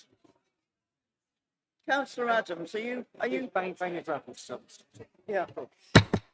Members, have we all voted? And Councillor Adams, were you assisting?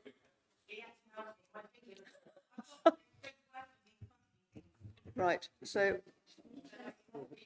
just for this, I'm going to ask the Chief Executive to read this out because I'm not sure that I can see it properly. So, Chief Executive. Thank you, Chairman. So 67%, that's 51 councillors have voted in favour of the motion from Councillor Salmon, 14 councillors, that's 18% against, and no abstentions. So that's the vote that we recorded.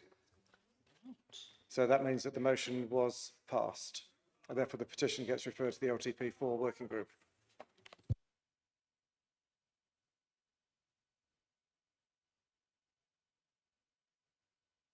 Sorry, through the chair, it's not a procedural thing, but for the interest of accuracy, especially for the minutes, can we just record all the votes this evening so we can all make sure we think we voted the right way, just for the technology? Can I just suggest that, just because then we can look at the end and say, well, because then we'll see who's got issues with it going forward. I just think it might be sensible. So I believe that list that we've just seen, that screen, is streamed on the internet. So if you go onto the webcast of the meeting, you can see that footage of that, so you can check that it worked okay afterwards, if that's okay. I don't know, can we put it back now? We think we can? Yes, they are, we can. So these are the votes for, and it will scroll through to those then against, and those that have not voted, most of whom are absent.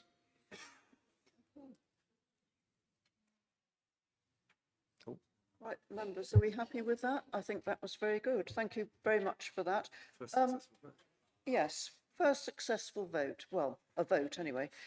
Thank you, members. So now, I believe we're going to move to item 13, I believe it is, that we want to go to now before the break, which is item 13. It's the recruitment of a chief executive. Councillor Earl, leader, I understand you're going to move the recommendation. Thank you. Thank you, Chair.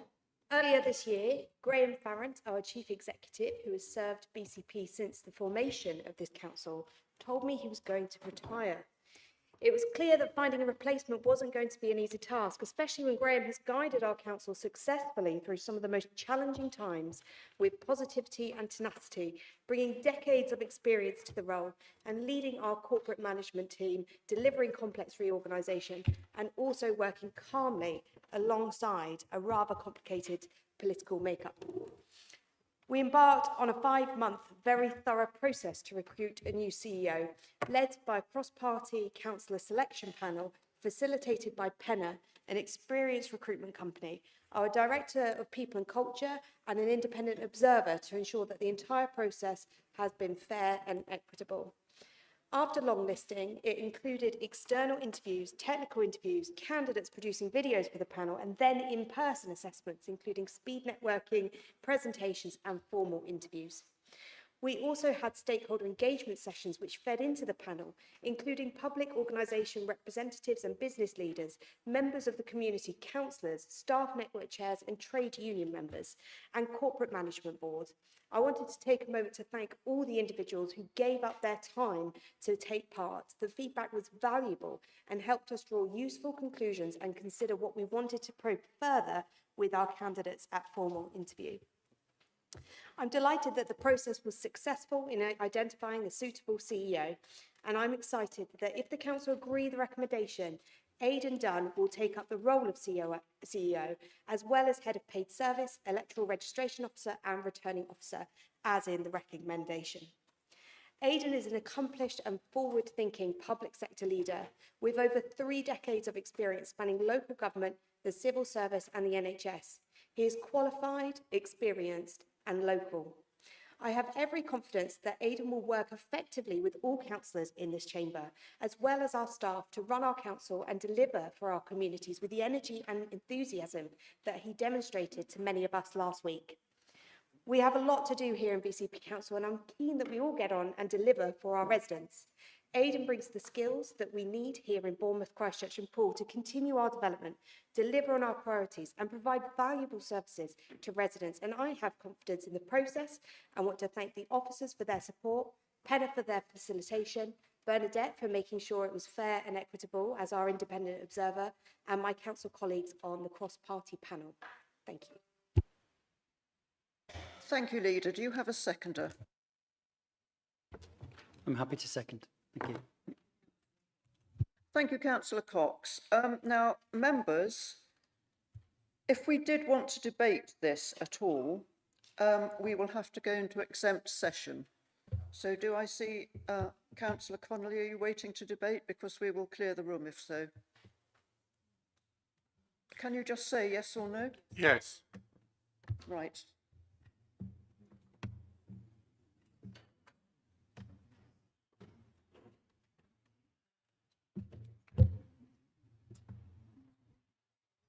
Right, thank you, members.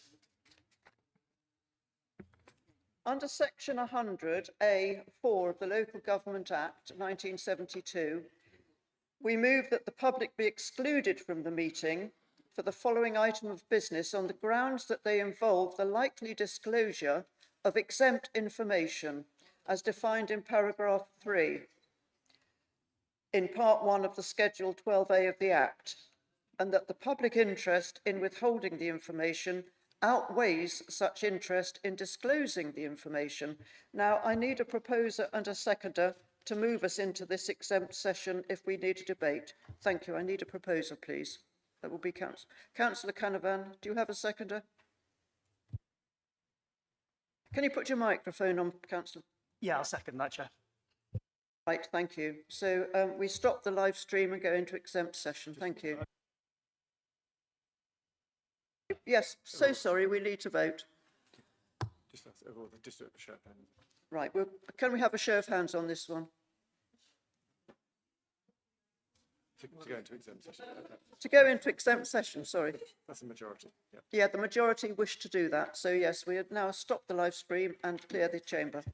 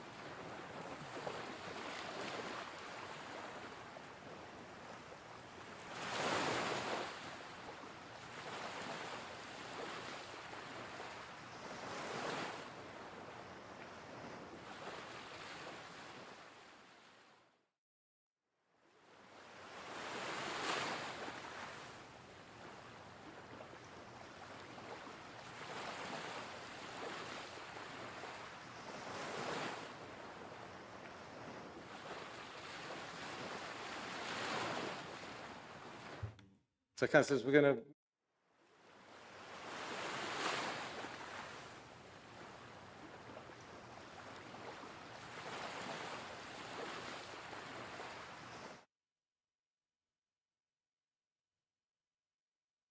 Right, members, we are now live streaming, so we will go to the vote.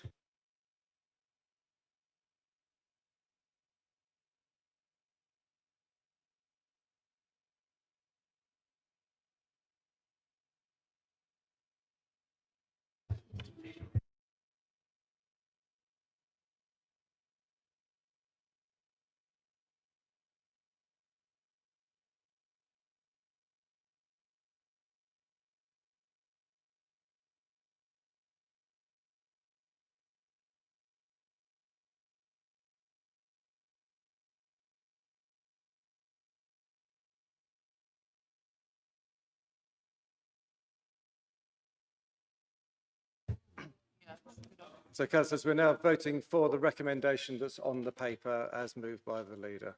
So the vote should be appearing shortly. Now? Councillor Rigby, did you wish to speak before we go to the vote? Yeah, I was just going to ask for some clarification on why this vote will be displayed differently on the screen compared to the previous vote we had and what the decision making behind that was. Thank you. I think primarily it's good the system's new. We've realised that there is an issue about naming a named vote, request for a named vote, and we will have to have a look at the system and how we use the system about whether we should be showing the individual votes or not. And on this one, we've been requested specifically not to.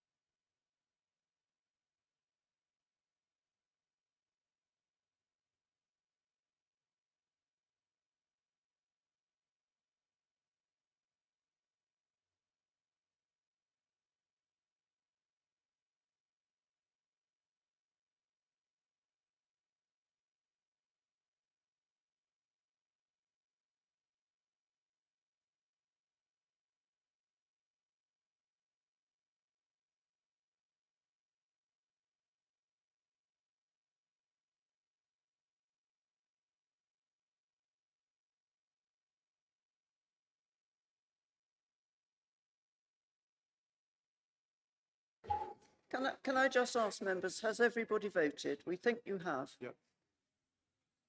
Right, members, then that was carried.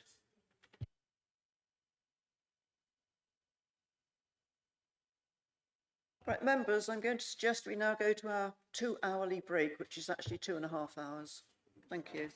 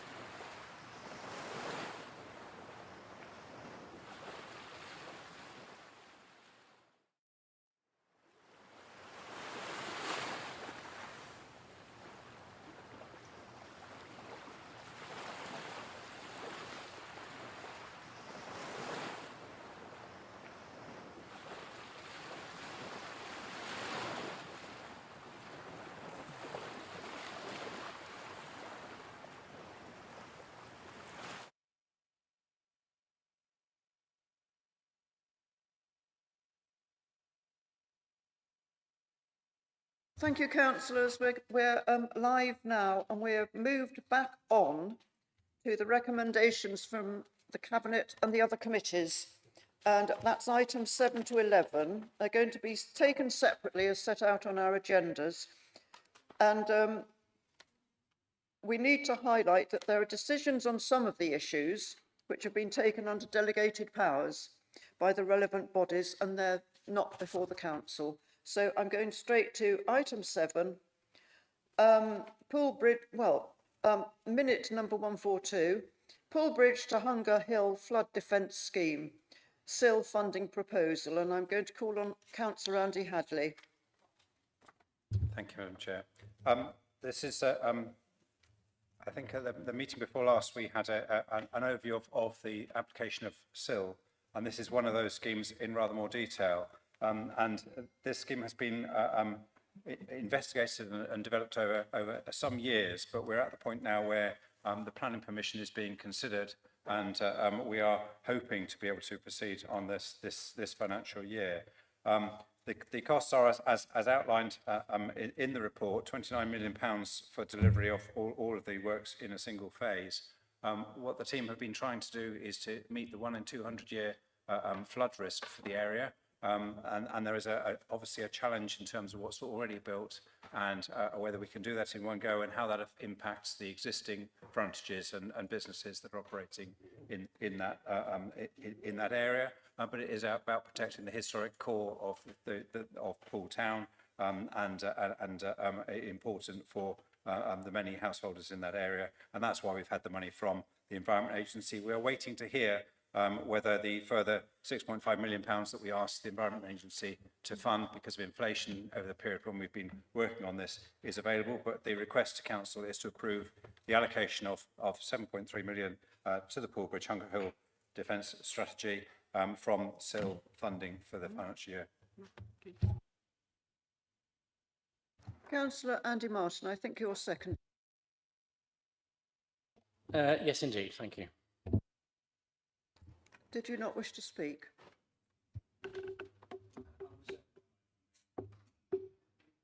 Thank you. Councillor Broadhead, you wish to speak on minute 142. Yes, thank you, Chairman. I will be brief. I'm not able to support this proposal. £7.5 million, Chair, is an awful lot of money, and this is proposed to come out of the community infrastructure levy, which is not really designed. It's quite a wide range of things that community infrastructure levy can fund. But the reason that the council is being asked to fund this £7.5 million is a couple of reasons. First of all, as it says in item paragraph number 23, costs for this scheme have increased dramatically, over double, originally forecast at 12.4 million, and now, as we heard from the portfolio holder, are now at almost 30 million. And essentially, it is the council taxpayer, or the community infrastructure fund, that is essentially having to bridge a lot of that gap. Originally, these proposals and these schemes were meant to be funded by pools regeneration, but as we know, there's not a lot going on there at the moment, which again, as we've heard from the portfolio holder, the council is essentially the fund of last resort on all of this. I've also got serious questions about the ongoing value for money. Let's be honest, as we heard, this is to protect a 1 in 200 year event for just under 600 homes, 573 homes, more for the major events. And it just doesn't seem to me, with the continual pull that I know that we have on our community infrastructure levy, which is supposed to do an awful lot of other things, that spending £7.5 million on purported flood defences to save, to protect against 500 homes, just doesn't strike me as value for money. I'd instead recommend that we use the grant funding that we've got at the moment to do as much as we can, continue to ask for the grant, the EA in particular, to step up and help us to provide for this scheme and use the SIL money where it should be spent instead. Thank you. Councillor Aikenhead. Yes, thank you, Chair. If it's okay, I'll sit down because it's a bit awkward standing with the with this desk. I'm a little bit shocked to hear that anyone would oppose this. 573 properties where people live, residents that we represent live in those properties, and they're at flood risk. We can all see, every time we look at the news, we see there's more floods going on in different places. It may technically be a 1% event, but with flood risks rising all the time, it's really important that we do whatever we can to protect our residents from flood. Flood is such an awful thing to have your house flooded. As I say, you can see on the television people's business being destroyed, people's homes and their belongings all being destroyed. So I really welcome this scheme, and yes, if we have to pay some of the money instead of someone else, that's all very unfortunate. But in the end, for us, our priority should be our residents. We should be protecting them from flood, and that is what we're doing with this money. And I don't see how anyone can question the value for money of something that is going to be so valuable to the people who live in those properties. Councillor Brown, please. Thank you, Chair. Yeah, I'm quite shocked that anybody would oppose this massive investment in the centre of Poole. I've been a Poole councillor for 18 years now, and even before that, I remember seeing the artist's impressions of how Poole Town Centre, the Quay, the Twin Sails Bridge, and up to Hunger Hill would be developed to provide public realm, a promenade, with cafes and all sorts of facilities. 20 years, and this is a major building block in seeing that through to fruition. Those artist impressions from 25 years ago, they probably were. Some of my colleagues have been on Poole Council even before me will understand the significance of this investment. It's not just about flood defence, and that is really important. It's a perfect use, in my opinion, of community infrastructure levy. It's about flood risk mitigation. It's also about regeneration, unlocking land for future development, providing the potential for public realm improvement and contributing positively to BCP Council's sustainability agenda. And it's about the environment. It's about more than just protecting homes from floods, and it attracts significant investment in Poole Town Centre from other agencies to support this, and this flood defence will provide the facility for the future vision to have an entire public realm all around that part of Poole, round to the quay. It really is a massive investment in the regeneration of Poole Town Centre. To hear somebody speak against it, I'm really quite shocked and astounded at that. And let it go out there that actually we as an administration really do want to majorly invest in Poole Town Centre. This is a perfect use of community infrastructure levy. It's far better than the previous administration putting it into beach barbecues. Does he want to buy a load more beach barbecues? Because I'm not in favour of that. I'm in favour of investing in Poole Town Centre's regeneration. I'm going to ask Councillor Andy Martin if you wish to speak before Councillor Hadley sums up. Thank you, Chair. Just to say that you've heard very eloquently from 3 Poole councillors. I have nothing to add except to say that I'm very pleased to second this as a Christchurch councillor. It's a great investment in the future of Poole. Thank you.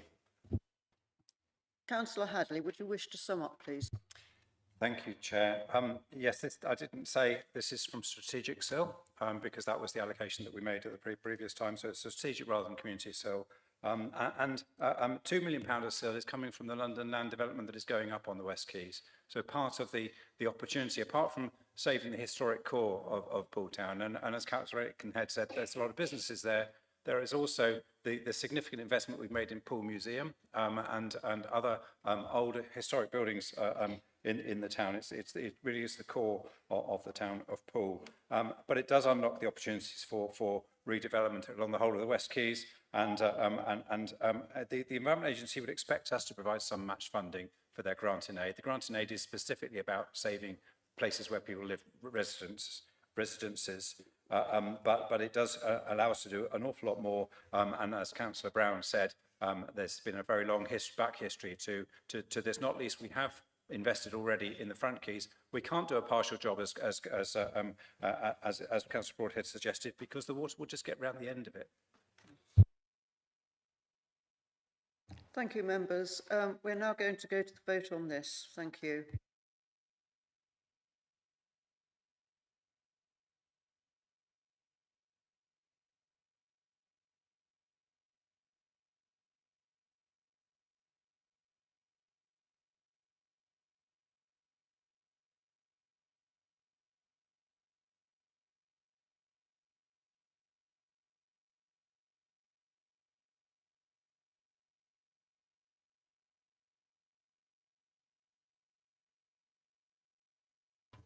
Have we all voted?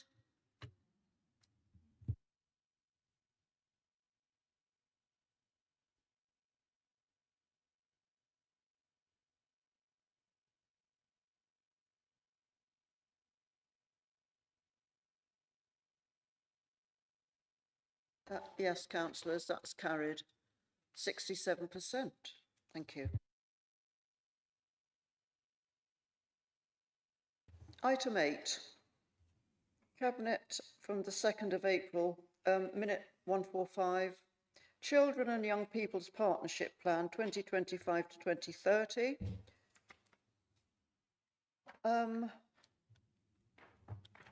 Right, Councillor Burton, I believe you're going to move this motion. Thank you. Yes, thank you, Chair. For the Children and Young People's Partnership Plan, I'm really pleased to bring this to Council and have another chance to champion this piece of work. It's already been to Children's Review and Scrutiny, Cabinet, numerous boards, and the launch event on the 7th of May that many of our members were at. The Children and Young People's Partnership Plan covers all children and young people who live in BCP area and describes how all services and partners will work together effectively for our, you said that again, 74,000 children and young people of the age up to 18 living in BCP. I'm not going to go through the plan picking things out to highlight, as I would imagine that you all have done that for yourselves. This plan is one of the easiest documents for us to read and digest that we've seen in this chamber. This is one of its strengths. It is written after extensive engagement with children, young people and our partner organisations. It's clear and accessible without talking down to anyone. There's even an easy read version too. This is all great, but we need to ensure that this is consistently referred to, an active document, and I promise that this will what it will be. This starts with the Children and Young People's Partnership Board next week on Monday.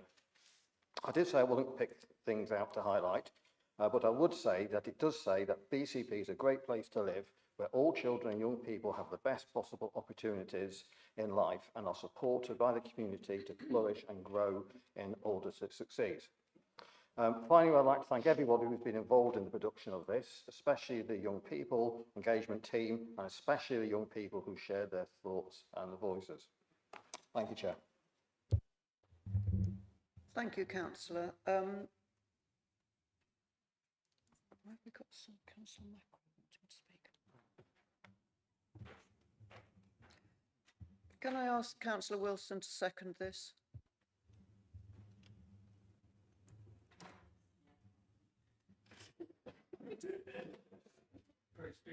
Councillor Macro, did you wish to start the debate on this?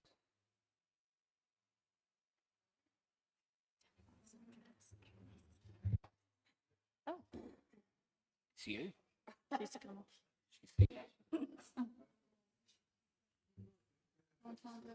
Just speak up. Okay. Thank you, Madam Chair. And can I be indulgent in speaking? As a recommendation to Council is that members note the final content and design of the plan. I will say it was an absolute pleasure to attend the Children and Young People's Plan launch on the 7th of May. I highly commend the work from Cathy Hadley, Councillor Burton, all colleagues and stakeholders involved. It was great to meet with fellow colleagues, Youth Parliament members, partnership members, and an unexpected reunion of a dear former head teacher from my children's old school. There was a real buzz in the room for the aims of our children and young people in BCP, that this is a vital strategic plan committing to our outcomes for their futures. Thank you. Thank you. Councillor Kate Salmon, please. Thank you, Chair. This is a wonderful plan and I absolutely welcome it. It sets exactly the right tone and it seeks to support our children and young people in the round. I particularly applaud the inclusion of the voices of young people themselves throughout the plan and the commitment to continuing to listen to those voices. However, reading the plan, my thoughts returned insistently to two enormous problems facing our most vulnerable children and young people and how these will impact on our ability to fulfil the ambitions of this plan. These are firstly the changes to funding for children with special educational needs and disabilities that we expect to hear from the government next week as part of the spending review. And secondly, the devastating cuts to the Adoption and Special Guardianship Support Fund that were announced in April this year. We all know there need to be changes in relation to SEND funding. The current situation has brought this council to the brink of bankruptcy. But worryingly, the noises off ahead of next week's announcement are that the solution coming down the tracks is going to be drastic cuts, with significant numbers of children who currently receive SEND support in mainstream schools losing that support. The plan in front of us gives us some figures. Thousands of children in BCP will be affected. The Adoption and Special Guardianship Support Fund is far less well-known issue, but it's extremely serious. Again, this plan gives us some figures. Hundreds of children this time in BCP currently have access to this fund, which supports the recovery of children who've experienced severe neglect and abuse. In April, without warning or consultation, the government cut the amount of funding available to each child by 40%. Where before a child could receive ongoing therapy throughout the financial year, the new limit reduces this to 4.5 months. You don't need to be an expert on trauma to realise what the impact of that is on the effectiveness of therapy. So, while I wholeheartedly welcome this plan and its marvellous ambition for children and young people in BCP, I'm left with huge anxiety about how we can achieve its aims, particularly for those vulnerable groups that I've spoken about. I'd ask everyone in this chamber to really think about these issues and to make sure we're doing everything we can to protect and increase the funding available for these children and their families. There's a lot of political clout in this room. It's on each and every one of us to use our various platforms to speak up on this, to say that we don't accept funding cuts that fail children. Thank you. Councillor Carr-Brown, please. Yeah, thank you. Hello. I just wanted to say a few words as chair of the Children's Overview and Scrutiny Committee, which, as Councillor Burton pointed out, has had sight of this and we have scrutinised it. I also attended the launch of the plan, which I have to say, if you missed it, then you did really miss an event, which put children front and centre of the whole proceedings. And is absolutely quite rightly where they should be, and they are reflected properly in this plan. And who could argue with the 5 main priorities? Children have told us loud and clear that they want to feel happy, they want to be safe, they want to feel supported, they want to be included, and they want to feel fulfilled. Those are the 5 lenses through which we should do everything that we do in this council. Councillor Burton didn't want to pull out anything particular from the plan too much. I just wanted to repeat the final paragraph from our excellent members of the Youth Parliament who come to every one of our scrutiny meetings and speak excellently for themselves. We cannot stress enough that councillors, MPs, and any other people in positions of power need to listen to all young people's voices, because they are the people of the future. They need to be nurtured and shown that they can make a difference in the political world before they are turned away from it forever. Thank you. Councillor Wilson, did you want to speak as seconder before Councillor Burton sums up? Yeah, I'd be happy to. So I'm not sure I was meant to be seconding, to be honest, but I'm more than happy to, because I think it is a really good document. It's very accessible and it's designed for children, but I think there's also a message in there for adults as well. I think a lot of the priority you could take on as an adult and through your entire life. One of my favourite books is The Little Prince, and it's a book that's considered for children, but it has a simple message in there about what life's about. And I think it's something that all adults should read. And it's similar with this plan. I think that these priorities are transferable just as much to adults as they are to children. And I fully support it. I think it's a really good document. And thank you for your work on it, Councillor Burton. Councillor Burton, will you sum up, please, before we vote? Yes, thank you very much, Chair. I won't say very much sum up. First, I will thank everybody for the kind words they said.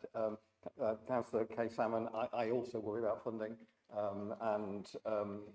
it's something which is on my mind, and I think it should be on all of our minds, because spending money on children and young people is so important.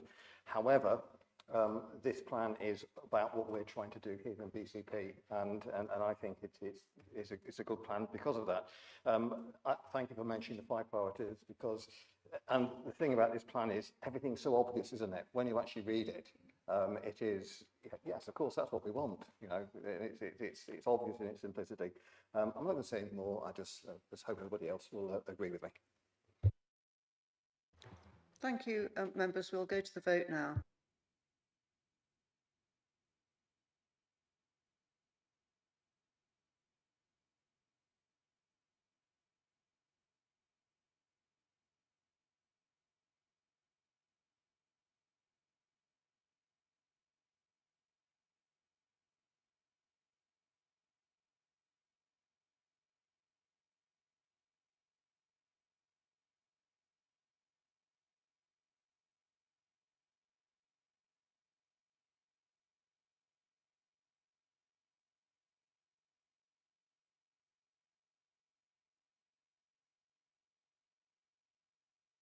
Has everybody voted? Yes, that's carried. Thank you very much.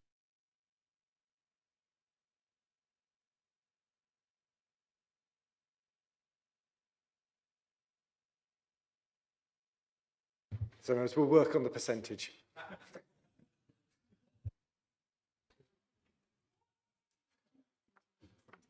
Right. Is that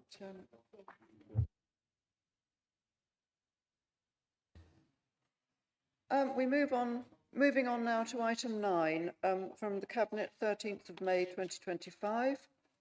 Minute number 6, BCP Local Plan, Next Steps, Updated Local Development Scheme, LDS, and Statement of Community Involvement, SCI.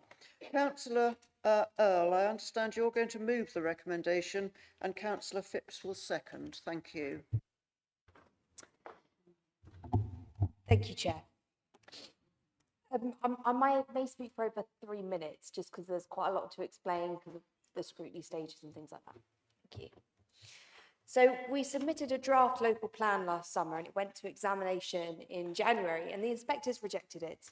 We are now in a very difficult position as a council because despite the immense amount of work that went into the draft local plan and my belief that it was sound, the inspectors have left us with little choice when it comes to our next steps. Inspectors concluded that the council failed to adequately discharge the duty to cooperate, particularly in relation to housing need. The government's standard method for calculating housing need uses a 2014-based household projection. However, these projections are inaccurate for our area due to the overestimation of student immigration and the constraints that we face.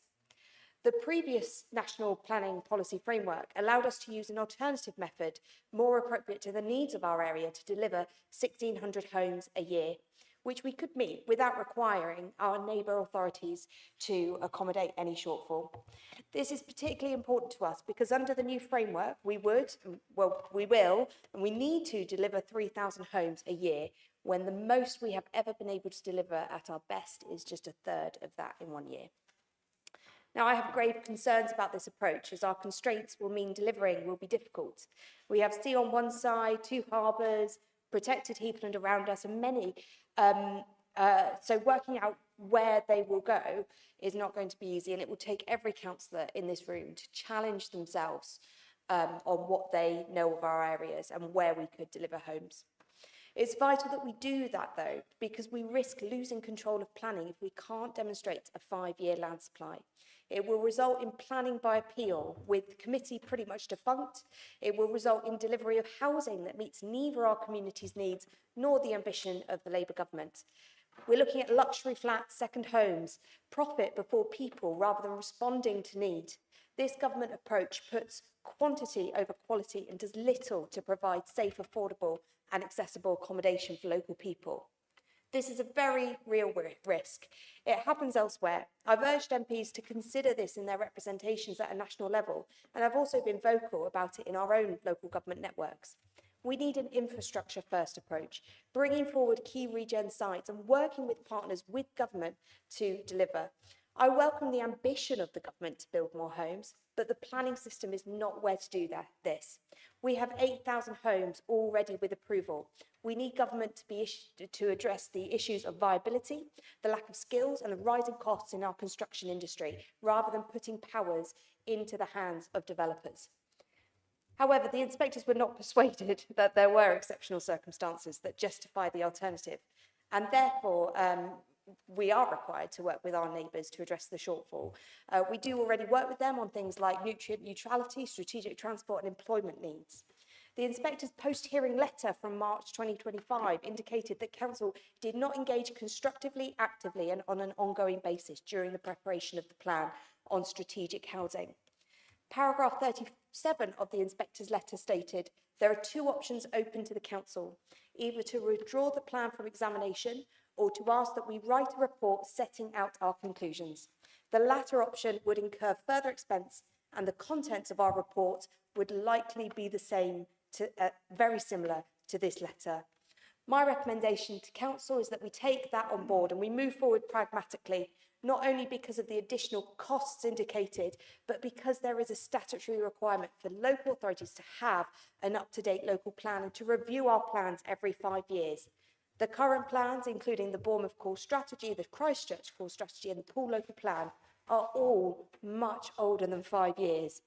There is lots of good work in our draft local plan that we'll bring over into the new draft, but by addressing the issues the inspectors raised and engaging constructively with neighbouring authorities and others, the Council can ensure that the new local plan meets the duty to cooperate requirements and is sound at examination.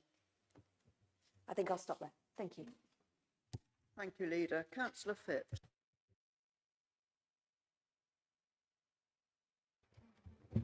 Do we have speakers on this? Councillor Slade. Thank you, Chair. I speak not in lofty terms, but directly as a local councillor representing a community that will feel the real impact of what's happened with the local plan. When I stood for election, I told the residents I would, and I quote, oppose any attempt to turn our greenbelt grey or develop on it. That wasn't just a campaign line, that was a commitment based on what residents in the ward were telling me. They value their green spaces, they're proud of the character of the area, and they are deeply concerned about overdevelopment, traffic, pressure on schools, and the loss of things that make it feel like home. Despite its issues, the previous draft local plan offered us some protection. It kept our local green belt intact. It recognised that these spaces matter, not just for nature, but for community well-being and for keeping the urban sprawl in check. That protection has now collapsed because this administration failed to meet the legal duty to cooperate with the neighbouring councils. The plan has been rejected outright. We've not just gone back to the drawing board, we're now operating under Labour's new planning framework, which is pushing for even more homes with less consideration for greenbelt or local infrastructure. So let's be honest, this isn't a minor setback, it's a serious failure that could reshape how my ward and many others look and feel for generations. Residents are asking, what now? Are our green spaces safe? Will developers take advantage of the vacuum? What's the plan to protect them going forward? We didn't have to be in this position. The warnings were clear, the risks were flagged, the administration pushed ahead regardless, and now our communities are left carrying the cost of that choice. As a ward councillor, I'll keep doing what I said I would do. I'll oppose any attempt to concrete over the green belt and stand up for residents who understandably feel let down by the process. But we need this council to be honest and about the scale of this failure and serious about fixing it. This means a proper reset, a transparent process and a genuine protection for the places and people love. Thank you. Councillor Rigby. Thank you, Chair. So this paper, I'm supportive of doing what we pretty much are backed into a corner of what this paper is recommending to do here. This has come to Environment and Place overview and scrutiny, and we had a really good debate on where we are with it now and how we're going to go forward and scrutinise this entire process. And I'm also in conversation with the chairs of the other scrutiny committees about how we can get as much member involvement as possible into what will be our new developing local plan.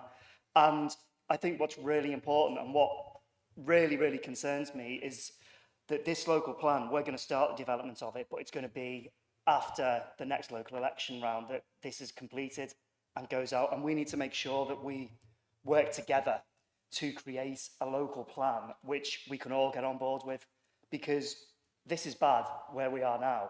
What's going to be even worse is if we get 2 years down the line and a new administration rips up all the work we're going to do over the next 2 years. So it's about coming together and trying to do something which is in the best interest of all the residents in BCP. And as Scrutiny chairs, I think we're all agreed that this is what we want to do, and make sure that we come up with something which is robust, strong, isn't going to get rejected, and can shape our future from here.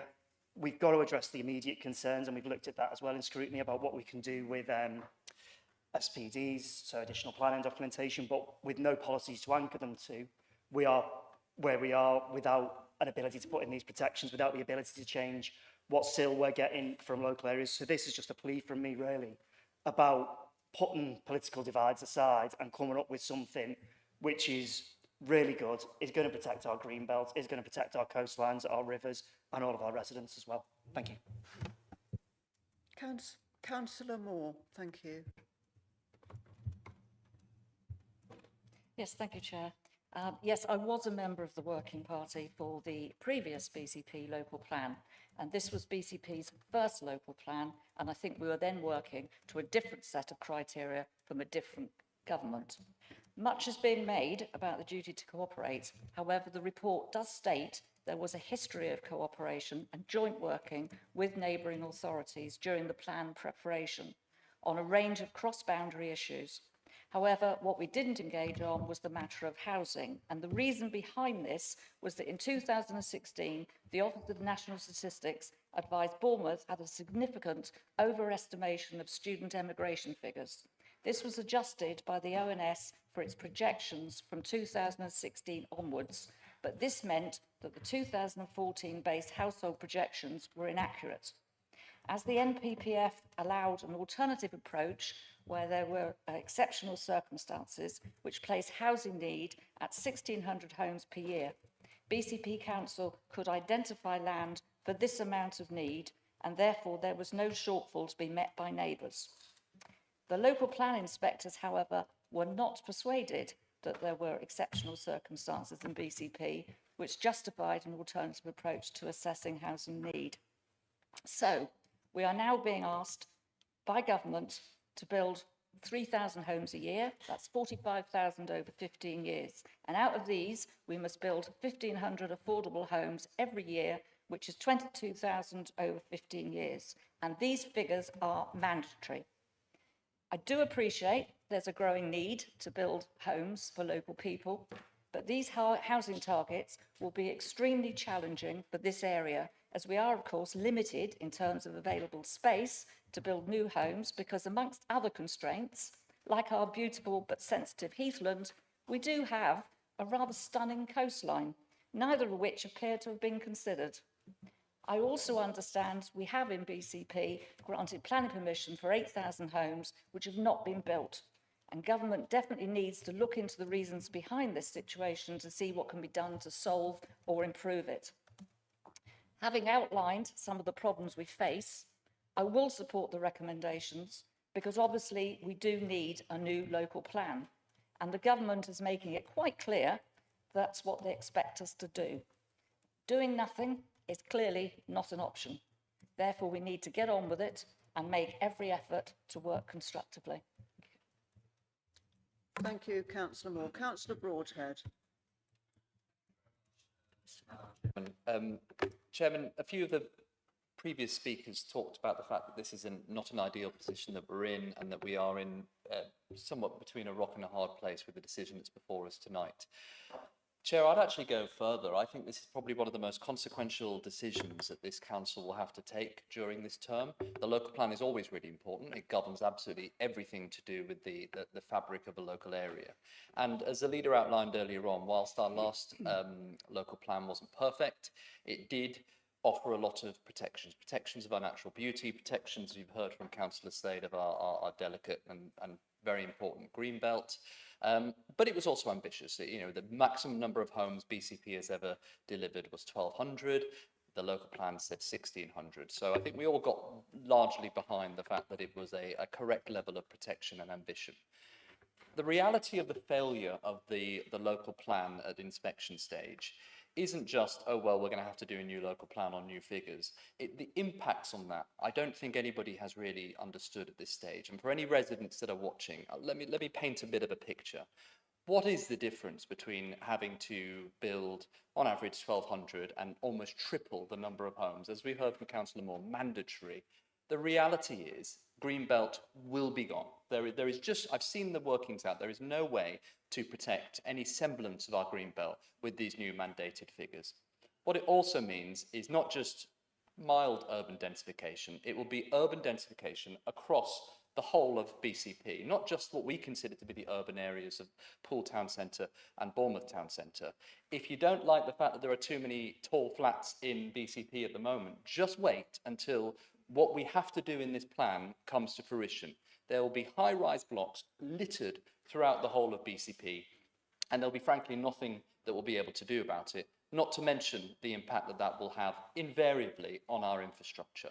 So I don't know what to do about that, because we now have been left by the administration in a position where we really have no choice but to accept that we're going to have to start the new local plan on the new figures. So I'll be abstaining on this one because I don't really like the fact that we have to start again, but I certainly don't think there's really any other options.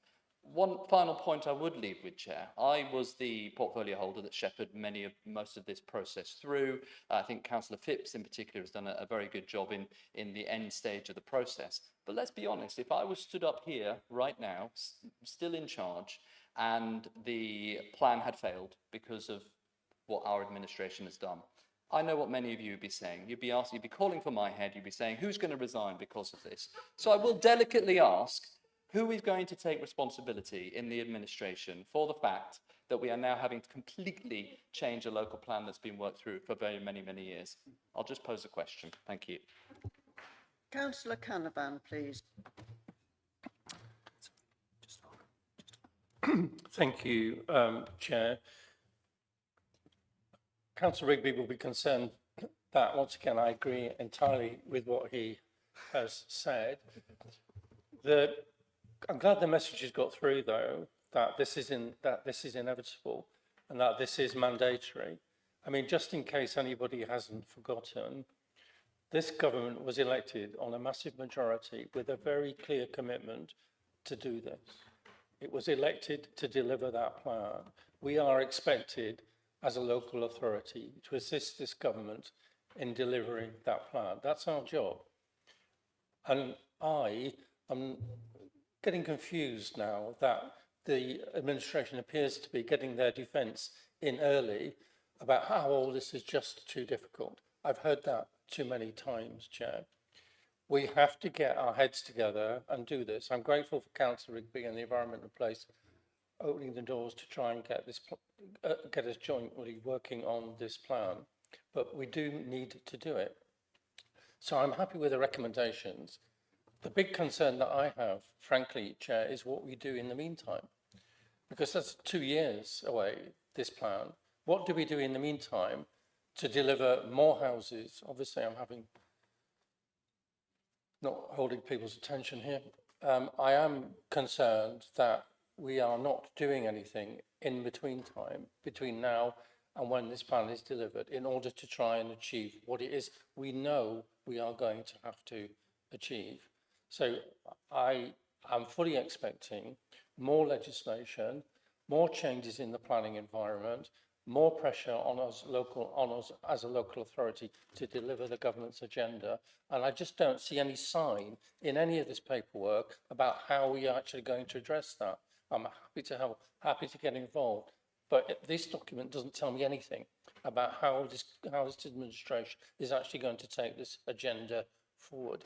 I know that, you know, we need to encourage development, and we don't necessarily are able to deliver all of these houses ourselves, but there is a job of work here to do to raise ambition, to get regeneration and to get developers on board. That's our job. It's what the government is expecting us to do, and I think we have to do it together. Thank you. Thank you, Councillor Canavan. Councillor Trent.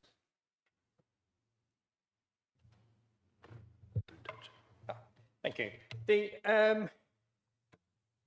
I thought it was a little bit rich hearing comments like, oh, this administration failed to do this, this administration failed to do that. The local plan's been in development for years, and 2.5 of those 6.5 years or whatever, or 6 years, was actually under an administration that the deputy leader was one of the members opposite.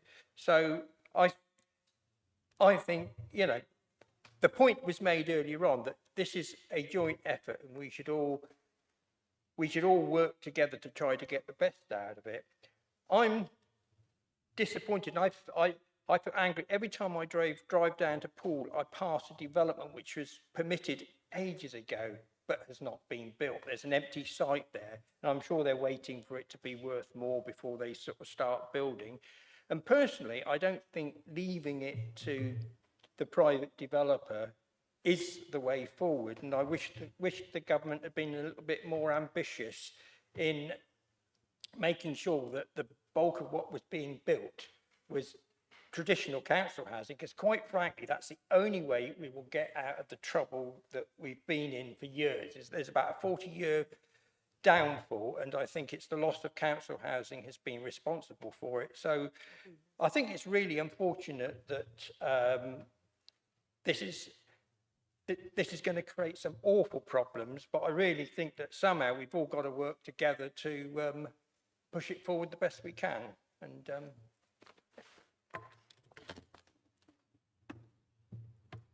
Councillor Joe Salmon.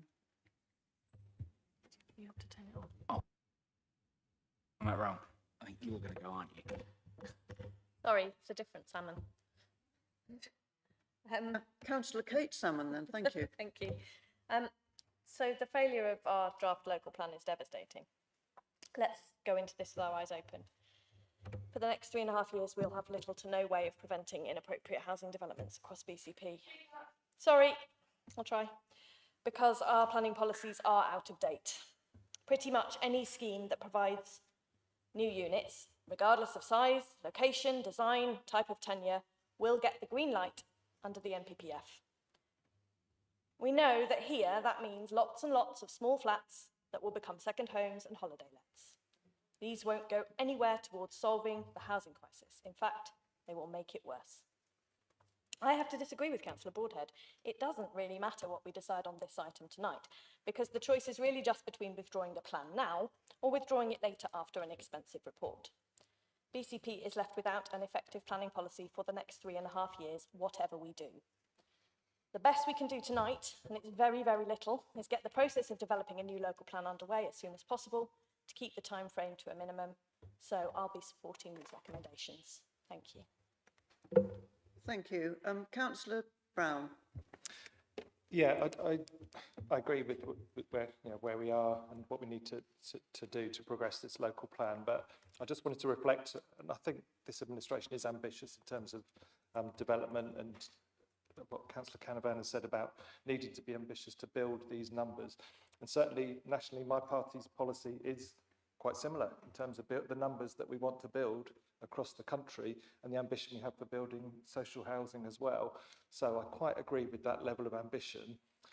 My fear is that our national party policy is to facilitate that by building 10 new garden cities across the UK, as well as then intensifying other urban areas, rather than relying on intensifying urban areas as the solution to everything. So if that were the national government policy, with 10 new garden cities, BCP's numbers that we submitted in the local plan would probably be sufficient. But unfortunately, that's not national government policy.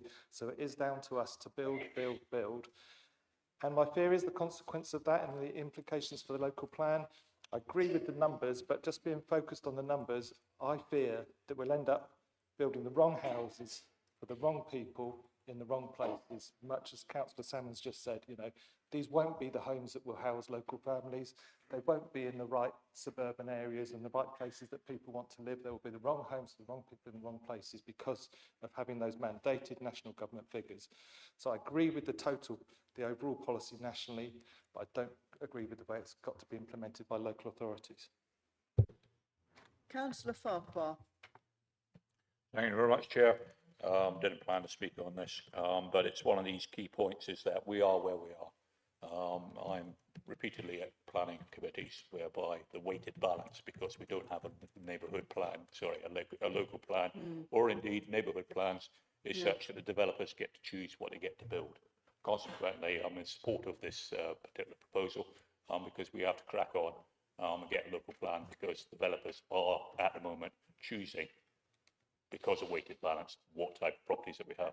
And I simply urge every councillor here, if you don't have a neighbourhood, a local neighbourhood plan in your particular ward or area that you represent, then get one in place, because that's the way that you'll represent, to Councillor Slade's point, your promises to your electorate is to get that neighbourhood plan in place, and that way your local neighbourhood says, this is the type of properties, this is the type of infrastructure that we want in our local neighbourhood.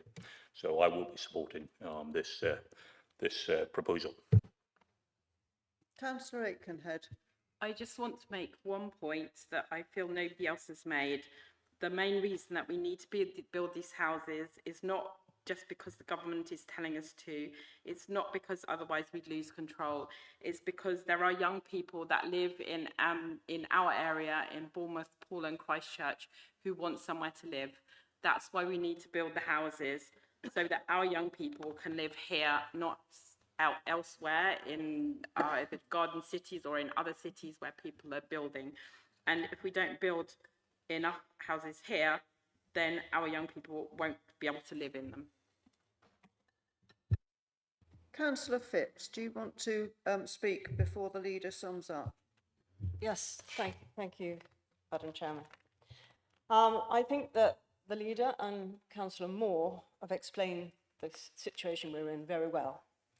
Our previous choice when we started to do a local plan was either to use what was the 2014 methodology, which meant we would have to build around 2,500 homes per annum, or we had an option under the previous NPPF to go with actual evidenced housing need, and ours was around an average of 1,600 homes per annum, because of our exceptional circumstances, which included SSI constraints and, of course, the green belt.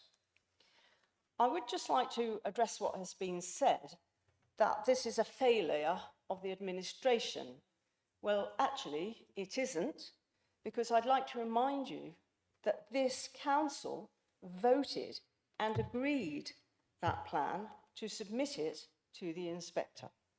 So the council did that. Yes, the administration was responsible for putting it together, but the council agreed to submit it. The new government has now changed everything. And yes, our green belt is seriously under threat. To overall allocate for 3,000 homes per annum, we're certainly going to have to, and we're already in the process of redoing our green belt survey to incorporate the new heading of grey belt. And that is actually happening now. The bottom line is, has also been said, we haven't really got a choice but to withdraw the plan and start again. I do agree with what other councillors have said, that to allocate for and let alone get developers to build 3,000 homes is, well, how's it gonna happen? But apparently we've got to try and make it happen in this area with all the constraints that we've got. Also, I'm not 100% sure who all these homes are for, because actually our evidenced housing need is 1,600 homes per annum for local people. It's evidence. We've got the evidence base. It's there. So, but we are being told this is what we've got to do. So I'm afraid, as far as I'm concerned, regrettably, we have no choice but to withdraw the plan and restart the process. Thank you, Councillor Phipps. Leader, would you like to sum up, please? Thank you. It's been interesting listening to the various viewpoints, and there's just a couple of reflections on what has been said. So I agree with Councillor Broadhead on one thing. The example that I use is a block of high-rise flats of, say 300 homes in one block. That would probably be about 25 to 30 stories. We'd need 10 of those a year. And I think that for me is mind-boggling. Like, where would these homes go? Where would we put those blocks of flats? And then if we think, actually, we need a mix, we need some houses, we need some bungalows, we need care facilities, we need all sorts of different types of homes, it does feel like an impossible task. Like Councillor Canavan has said, this Labour government made this commitment, and in the same way we are also delivering our priorities that we were elected to do. The problem is that the government have got this really wrong. Our biggest challenge in this area is viability, and Councillor Aikenhead is correct. We need to build homes for our young people, for our older people as well, suitable accommodation for all sorts of different people. The problem, though, is that this won't deliver those homes. In fact, it will just give developers all the power to pick and choose what they want to build, and they will be able to build it wherever they like and charge whatever they want for it. We need housing that meets the needs of our communities. And I know, in particular in my ward, I get so many contacts about housing being a really big challenge.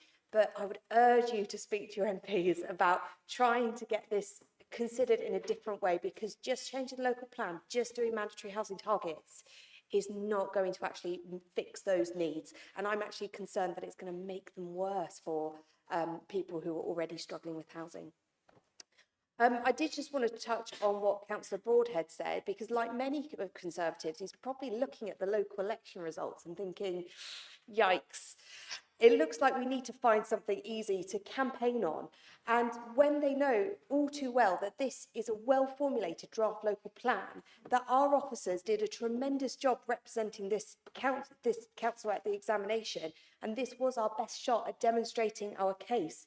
The problem was that the examiner didn't support the premise. If they had supported the premise, they'd have supported the plan. I didn't hear an amendment put forward by the opposition. In fact, your strength of feeling against this administration's actions is so strong that you're going to do the bold thing and abstain. So I think that's all I want to say on this, but I would really urge everyone to really consider about what this means for our communities, what this means for our own wards. It's not going to be an easy ride, but I really think that this is something that we have to do to ensure that we retain some sort of local control over our planning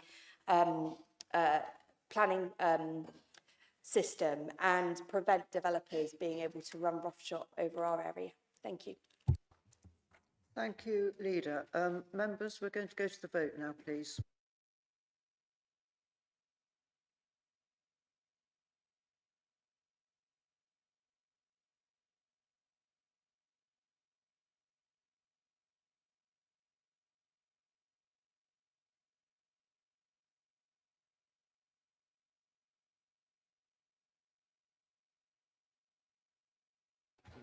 Have we all voted, members?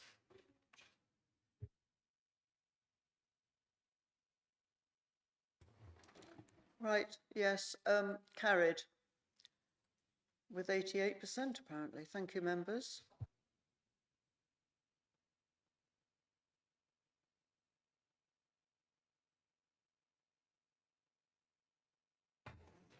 Right, can we go to item 10, please, which is from the Cabinet on the 13th of May, 2025, minute number 7. Our Place and Environment Consolidated Active Travel Fund 2025 to 26. Councillor Hadley, I understand you're going to move the recommendation with Councillor Brown seconding. Thank you, Councillor Hadley. Thank you, Madam Chair. We were fortunate to receive £1.459 million from government for the Consolidated Active Travel Fund, which is partly revenue and partly capital. This paper outlines how we intend to spend it. The revenue is about supporting BCP officers working with schools and the continuation of our programme around school streets and safety approaching schools, which is something we heard about earlier today. And design work on a couple of schemes. The capital is looking at 3 priority schemes that have been identified within the local transport planning process. The first is Recreation Road past Older Road to Coy Pond, so it's extending the route that was already produced through the Upper Gardens, and that links into Parkston and the lower part of Alderney, and the opportunity to enhance that route into the town with a safe crossing.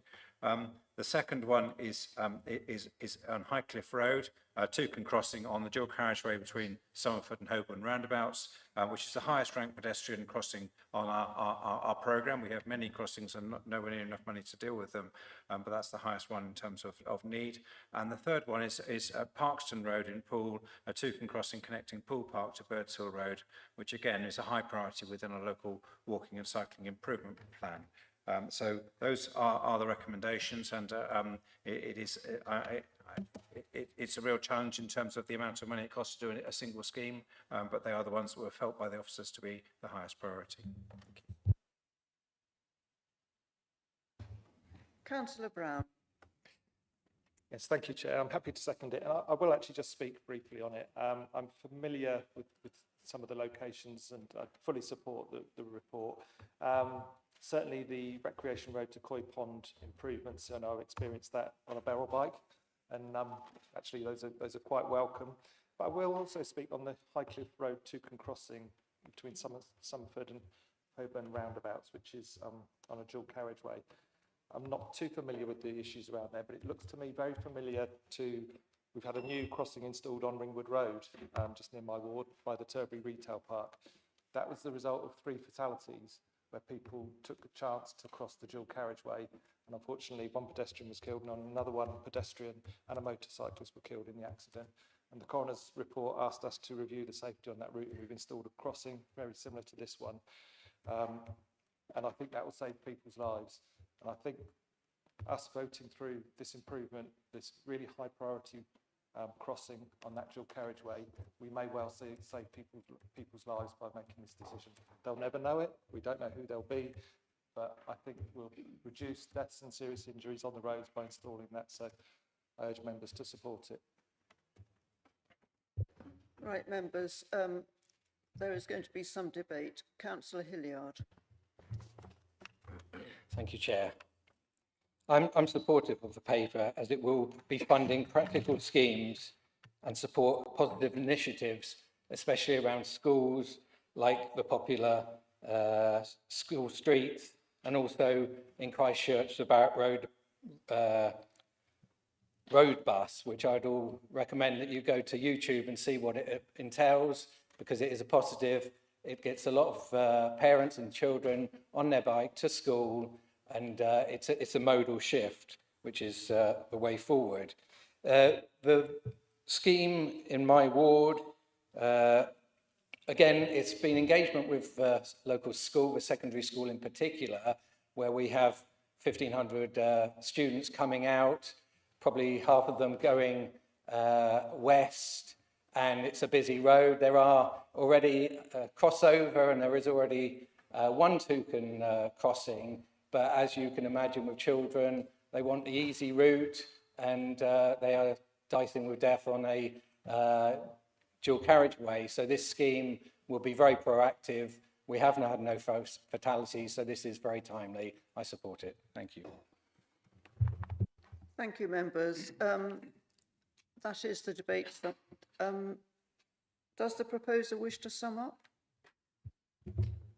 Ever so briefly, yes, I neglected to mention the Barrett Road. We actually had a meeting this afternoon with the head teacher from Christchurch Junior School, and it's well supported by the community serving the school. We were looking at a range of ideas of how we could improve travel to that school, so that's a really important element of the scheme. That's just about design within this programme. Thank you. Thank you, Councillor Hadley. Yes, members, we'll go to the vote on this, please.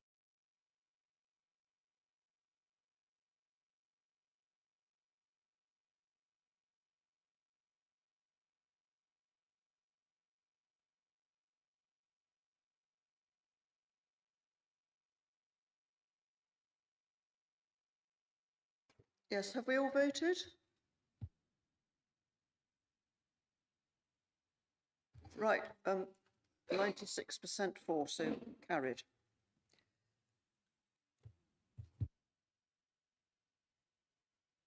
Members, item 11 from the Cabinet of the 13th of May 2025, minute number 8, the Russell Coates Art Gallery and Museum Arts Council England, ACE, Museum Estate and Development Mend Grant.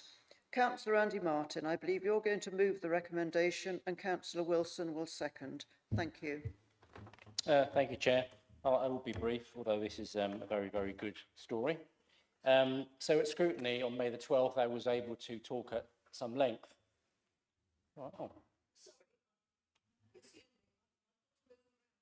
Oh, okay. I thought you were going to heckle me or something. What? So at Scrutiny on May the 12th, I was able to talk at length about our great relationship with Arts Council England, and the following day at Cabinet, was able to present this paper, which obviously is great news. £1.5 million from Arts Council England, and I think that just goes to show what a great relationship we indeed do have with the organisation. We've come a long way in the last 14 months since we had a council meeting here and agreed to do some significant funding for the Russell Coates to allow it to externalise. Further down the report, you will see that a lot of progress has been made on that. To externalise from the council to an independent trust to run the Russell Coates, which is something that the museum has wanted for a long time. So we're delighted that the charity commissions have signed off the plan. It's now with the DCMS to take before Parliament. In terms of the grant, the 1.5 million for the Men 4 round, which is also backed up by a donation and also by a bit of strategic SIL money. If you look on page 2 of the report, you will see a huge amount of work that needs to be done on the Russell Coates as an ongoing project. It is, I think the total figure actually in the long run is about £4 million. So there's some huge amount of work needing to be done. And this is a great step forward in getting that underway. So I would simply like to ask colleagues to support the recommendation. It's only part A because the other two things are resolved, to accept this money. I can't imagine anybody won't want to accept the money. And I would like to once again thank Arts Council England for their huge support for the Russell Coates, for our MPOs like the BSO, the Lighthouse, Pavilion Dance, and all our MPO organisations.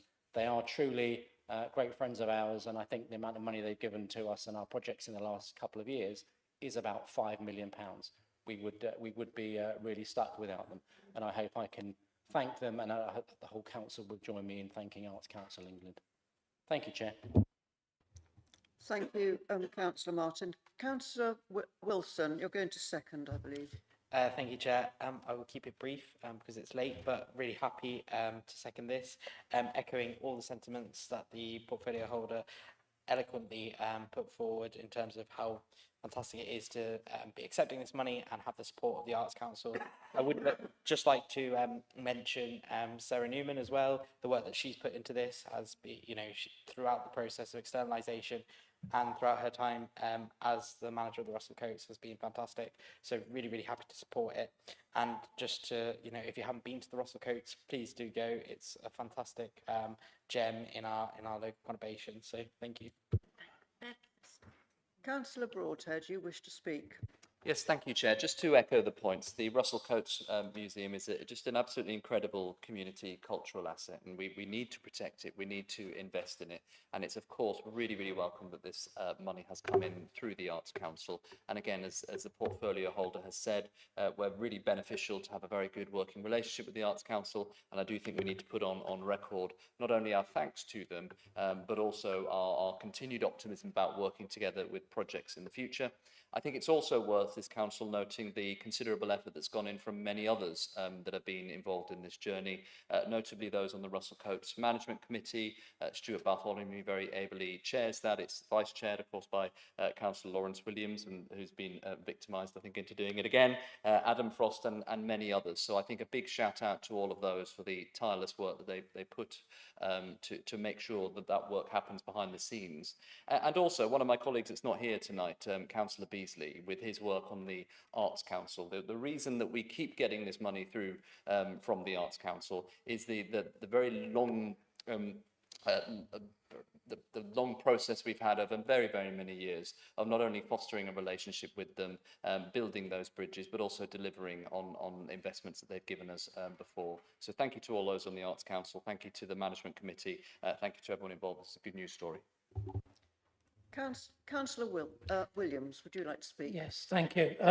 Virtually everything I was going to say has been said. I'd also like to thank Sarah and the team at the Russell Coates.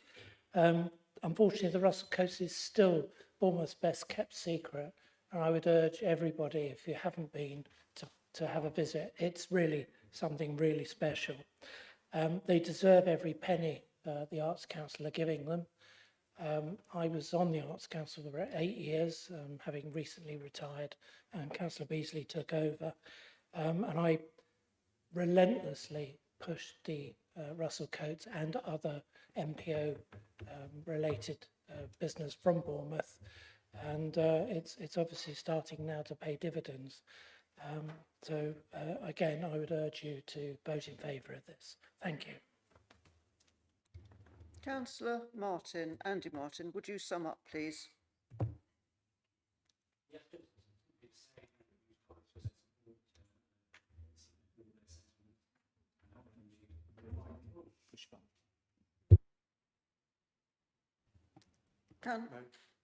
Councillor Martin, I don't know if we heard you. I'll try again. Is that better? Yes, please. Yeah, just wanted to echo, I wanted to thank colleagues for their support for this wonderful cultural icon that we have, and to reiterate our thanks to the Arts Council. And obviously, we will be, the council will still have links with the Russell Coates when it externalises, because 2 of the prospective trustees of the museum will be subject to the process will be myself and Councillor Wilson, so we will still have a close relationship with them. Thank you.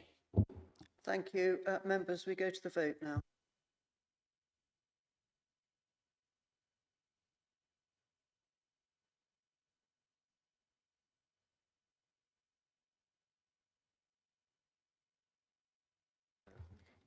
Have we all voted?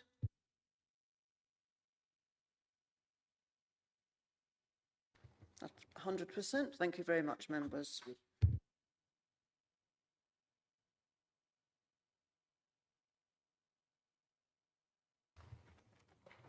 Right, on item 12, it's a response from an Overview and Scrutiny Committee on a council recommendation. And Councillor Rigby, I understand you're going to move the recommendation for us. Thank you.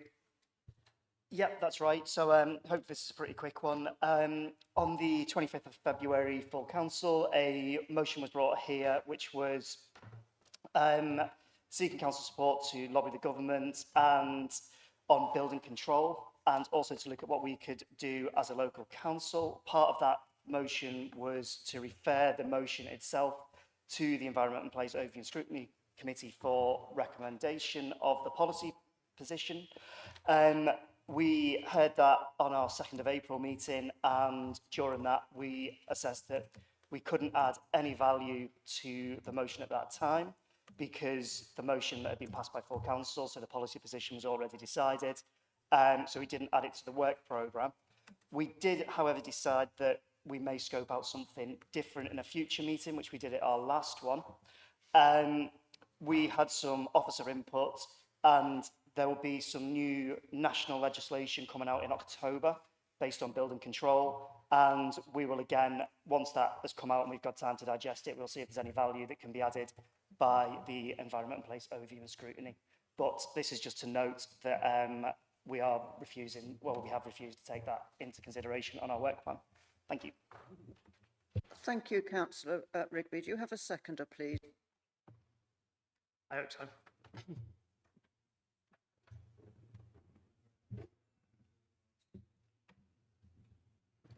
Thank you. So, Councillor Canavan, I think you're the next speaker, please. Yeah, just for completeness, a fresh bit of scrutiny has been submitted on this to Environment and Place. Noted their original reasons why they didn't think it was appropriate, but some new documentation has been submitted. Councillor Rigby has referred to the forthcoming additional regulations that are on the track from the government, and I think this is a particular reason why Environment Place needs to look at again. So it refers back to the previous debate. Not only is this government committed to be building more houses, it's committed to be building a better standard of housing. So there will be some new regulations and new requirements on this authority, and I think it's really critical that Environment and Place look at it again, at the appropriate time. So thank you. Thank you. We have no more speakers. Councillor, Councillor, do you wish to speak on this? If I might, briefly, Chair. Just a quick point to clarify this motion got amended as it went through council. So the issue of sending it to Environment and Place was not in the original proposal, if my memory is correct. You get to an age when you can't be sure of that anymore. But what we actually said in the motion was that the council agreed to write to the government and say this council should control all building control. We decided what our policy was. And then it was sent to Environment and Place to say, what are we going to do about this? Well, we've already decided we're going to write to government. And that was the essence of the reason for rejecting it, because actually we'd already agreed that the leader should write to the council. There was no point in us debating it. Then we discovered the changes that Councillor Rigby referred to in October and said, well, okay, that bit's no, but maybe there's something coming down the line. So I just want to make it clear that I think part of the confusion was because we amended the motion halfway through, it perhaps hadn't had quite the same thought process as had that been the original. Thank you, Chair. Thank you, Councillor. Councillor Rigby, do you wish to sum up? Consider this the summing up. Thank you, that's very good. Members, but let's go to the vote.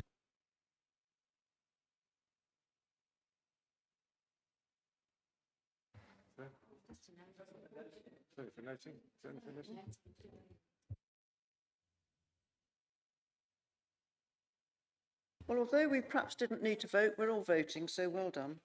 And it's gone ahead.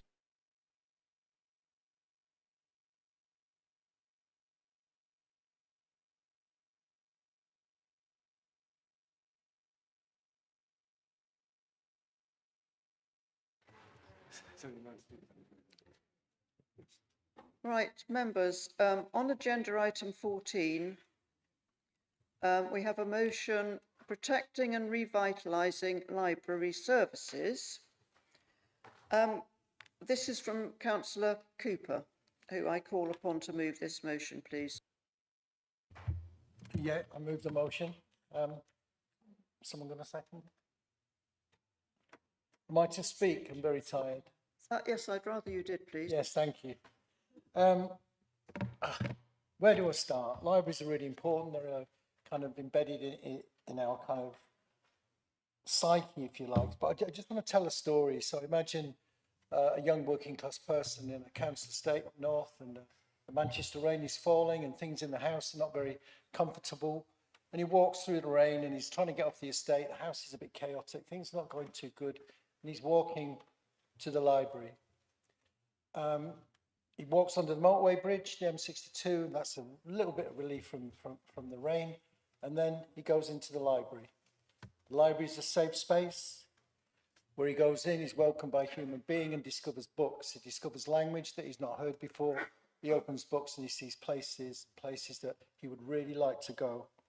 And that kind of stayed with me, because that was me when I was a little boy, for the rest of my life.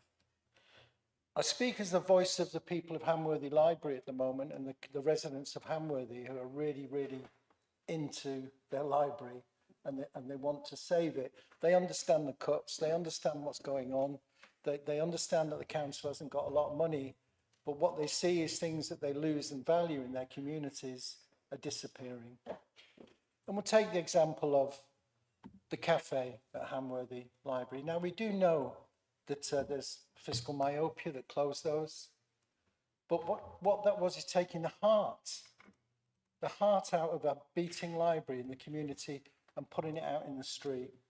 And the people that were well known in those communities, the people that served the communities, were known by name, and they were regulars, and they not only were library assistants who directed to where the books were, there were people who knew and they could take comfort in some of the issues.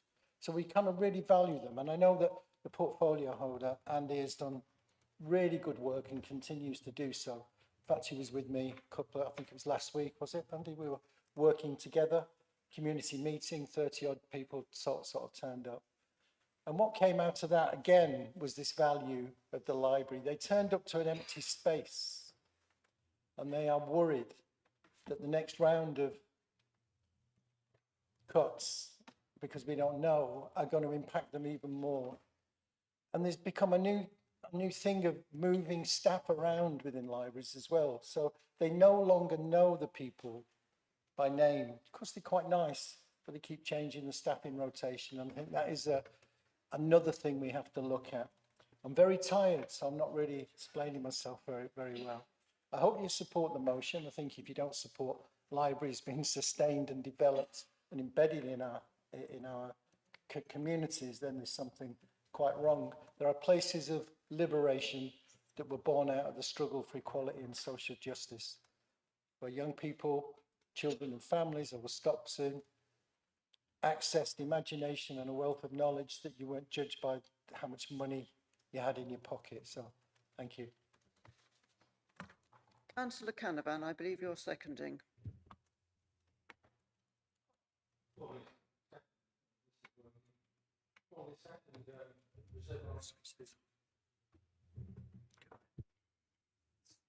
Thank you.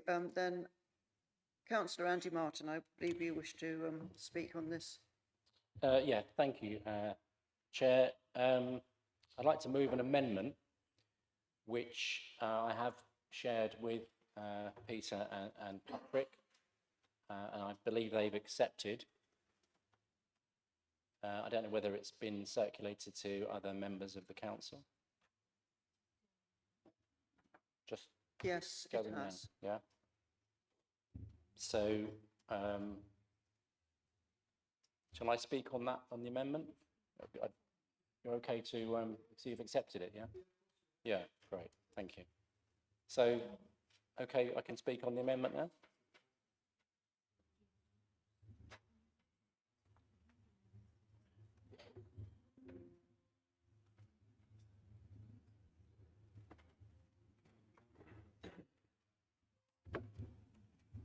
Right, thank you, Councillor Martin.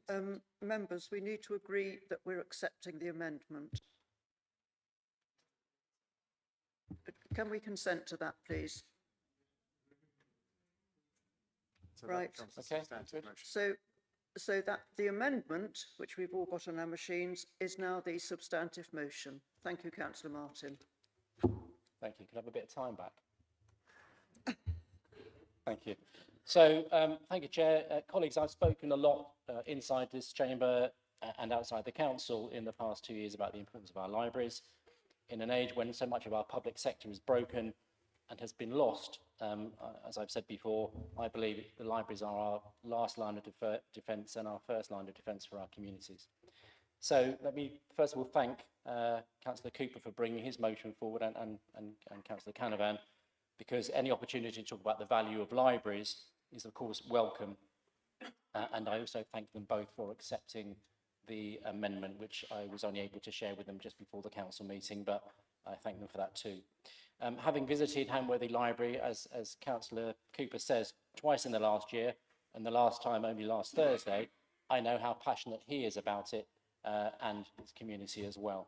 And as council will know, in September, we are bringing forward a 5-year library strategy, and it's clear to me through the meetings I've had with colleagues from all political groups, actually more with the Labour group than anybody actually, in fact, how much passion and consensus there is about the importance of our libraries and the future of them in our communities.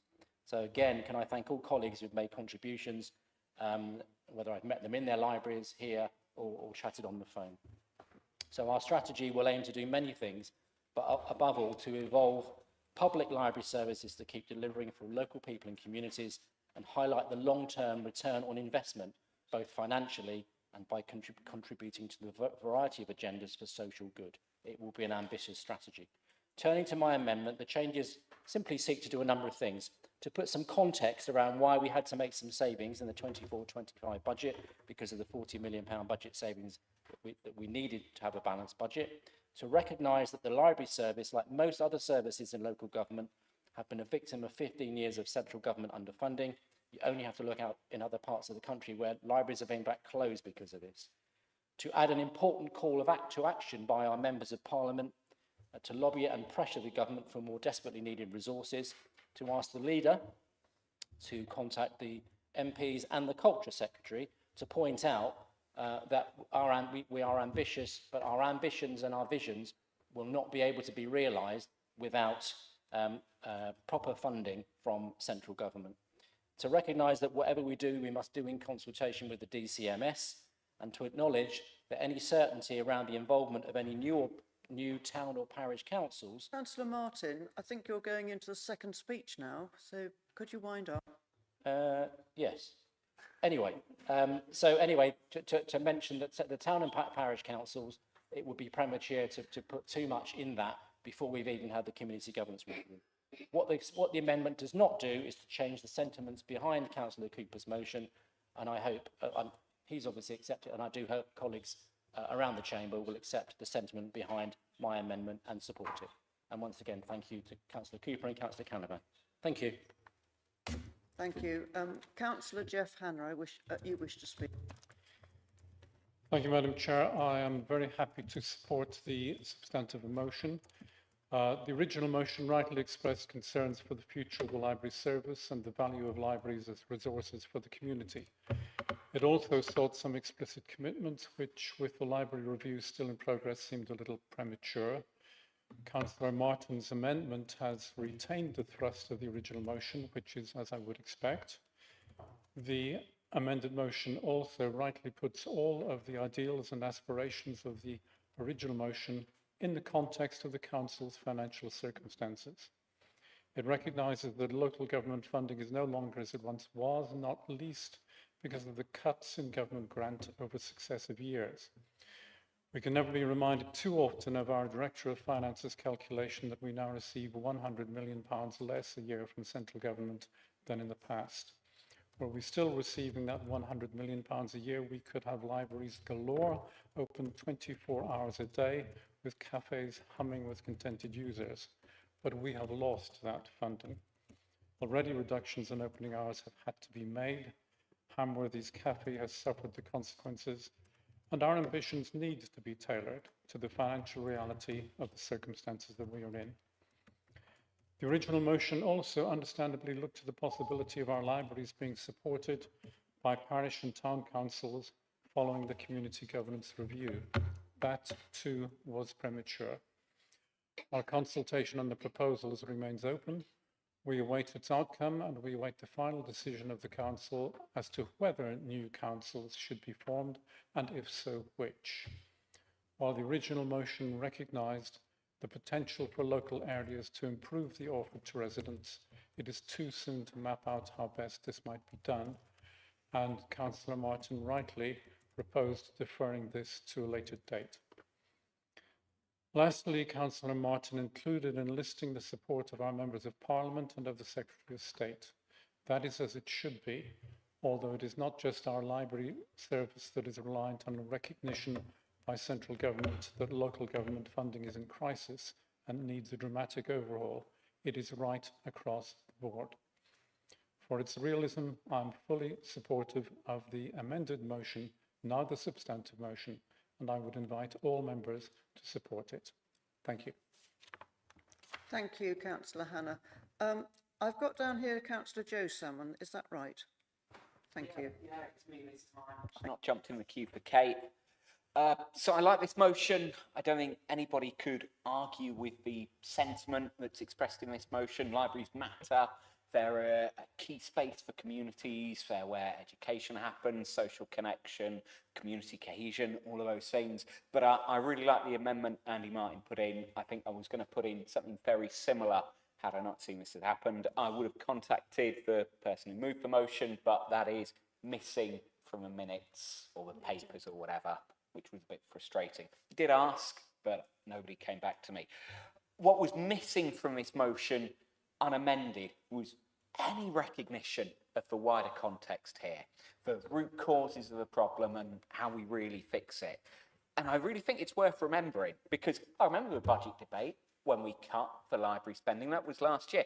No one, Labour included, nobody in this chamber came up with a realistic, workable plan as to how we would avoid those cuts. And I also think it's worth noting that actually every member of the Labour group, every member of the Conservative group, when it came to that budget, voted to stop all spending on non-statutory services, to not pass any budget, and to hand control back over to central government. I think it's really important that we recognise, actually, the first thing that goes when there are service cuts are the non-statutory services. It's for community centres, it's for libraries, it's for youth centres, it's for parks. This amendment, I think, is absolutely rock solid. I think it's essential that it's included because it puts the onus back on Parliament to address the problems here. If we're really serious about protecting our non-statutory services, libraries, community centres and whatnot, then we need to do more than just gesture. We need to challenge this government to fix our broken economy, even if members of this government wear the same coloured rosettes as us. We need to call out the failures of government to properly tax the very, very rich, to properly ensure that funding gets to where it needs to go. And so, yeah, I'm very glad that Andy Martin's put forward a sensible amendment, and I'm very happy to support the motion amended. Thank you. Councillor Earl, please. Thank you, Joe. I thought that was a really good recognition of the situation. I would just say, in terms of statutory, delivering some sort of library service is statutory, but not the sheer volume that we have in our area. So there is a slight nuance to that. For example, if we look at Dorset, they passed a lot of theirs over to their town councils and their communities to deliver. Anyway, I wasn't actually going to speak on the item. I was just going to declare a non-pecuniary interest, which is that I am the founder and chair of the Branksome and Russmore Community Fridge Project in my community. Thank you. Councillor Moore, please. Yes, thank you, Chair. I'm happy to support this motion as amended because I firmly believe libraries are vital to the social infrastructure of our communities. And I do think we need to ensure that library strategy includes an assessment of the community role of library services across BCP with a focus on restoring or enhancing social space where needed. I also think that as councillors, we're all very well placed to work with our communities to help improve our libraries through fundraising, forming of friends of the library group, etc., just as we in Camford Heath and other areas across BCP are already doing. And I'm sure we are all aware that there are some amazing volunteers working hard in their Hamworthy community, and their work has not gone unnoticed and is actually a great example for us all to follow. So yes, happy to support this motion. Thank you. Councillor Richard Burton, please. Yes, thank you, Chair. I'm also very happy to support the amendment and the motion. However, I'm sorry, I'd like to propose one tiny amendment to the amendment. Tiny one. It's just replacing a number 3 with a number 2. Because it says in the council's further notes that the closure of the community cafe in Hamworthy Library is part of the council's 2024 to 35 total. I think it should say 25. It's on the council further notes that the closure of the community cafe in Hamworthy Library as part of the council's 2024/35 total 40 million budget cuts. I think it should say 25. It is almost certainly a typo, but I just saw it there and I thought if it went to... Yes, I think Councillor Cooper will accept that that was a typo, will you not? It is a typo. Yeah. Yes. Thank you. Thank you, Councillor Burton, for pointing that out. Councillor Farquhar. Thank you very much, Chair, and thank you very much, Councillor Cooper, for bringing this motion, and thank you greatly for Councillor Martin for the very supportive amendments. Perhaps not quite so much thank yous for the party political broadcast, which sometimes interrupt our debate. Just following on from Councillor Burton's point, I think there might well be a typo, or there should be an amendment, which is that it says that in item 5, ensure the final report should include reference to. I would suggest that you delete the word should, and then grammatically it would read appropriately. And I'm sure that Councillor Cooper would accept that. Yes, fine with that. Sorry. Should have used my mouth. Thank you. That was a grammatical improvement, I'm told. Thank you very much. Councillor Broad.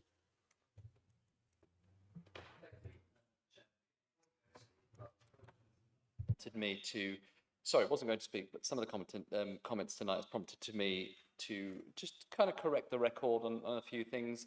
We keep hearing this myth about the fact that the BCP Council has £100 million less.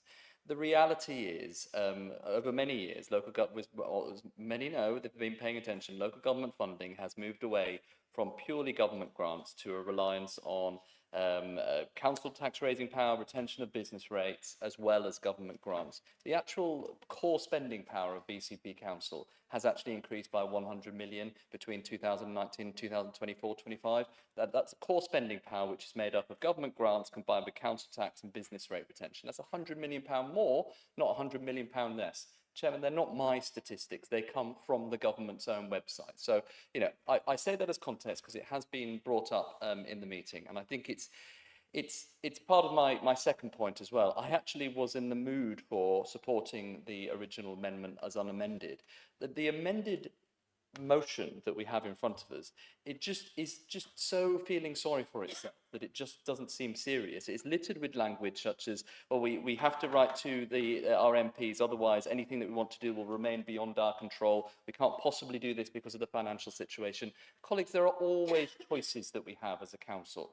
To say that we couldn't possibly do what this motion very clearly and I think rightly says that we should be doing, which is prioritising our libraries because the government don't give enough money, is not taking responsibility for our own actions and our own political priorities, because you know, we haven't had huge closures in libraries in the past, and that's because it has been continued successive different administrations that have made the political decision to prioritise investment in libraries. So unfortunately, because of the way that the amendment is worded, which basically says we can't do anything, any of this stuff that we want to do unless government gives us more money, I just don't think that's actually brave enough. And don't get me started on the idea that the real way to protect libraries in the future is to create loads of new councils, increase council tax even more, and then pass even more of the financial burden onto council taxpayers. We need to take our own house in order first. We need to take our own responsibility for what is a very well-constructed original motion about one of the things which I think our community finds the most important. So, sorry I can't support the amended, but I would have supported the original. Councillor Brown. Yeah, I want to speak in favour of the amendments that have been made, particularly, and just to respond to Councillor Broadhead, just to talk about 100 million, which I know had been raised and discussed. He talks about, you know, we have sort of choices, we have options. I don't think we do really, rather than asking government to sort of adequately fund us. We would have had those options had his previous administration between 2021 and 2023 not spent roughly £100 million of our reserves and our savings on whatever they wanted to spend it on over those 3 years. Unfortunately, with the removal of that reserve and those savings that we had, that's removed our options to do things like fund our libraries adequately. Had he not splurged all that money, then maybe we could do, but unfortunately he did. He made those decisions, his administration made those decisions, so I support the amendments.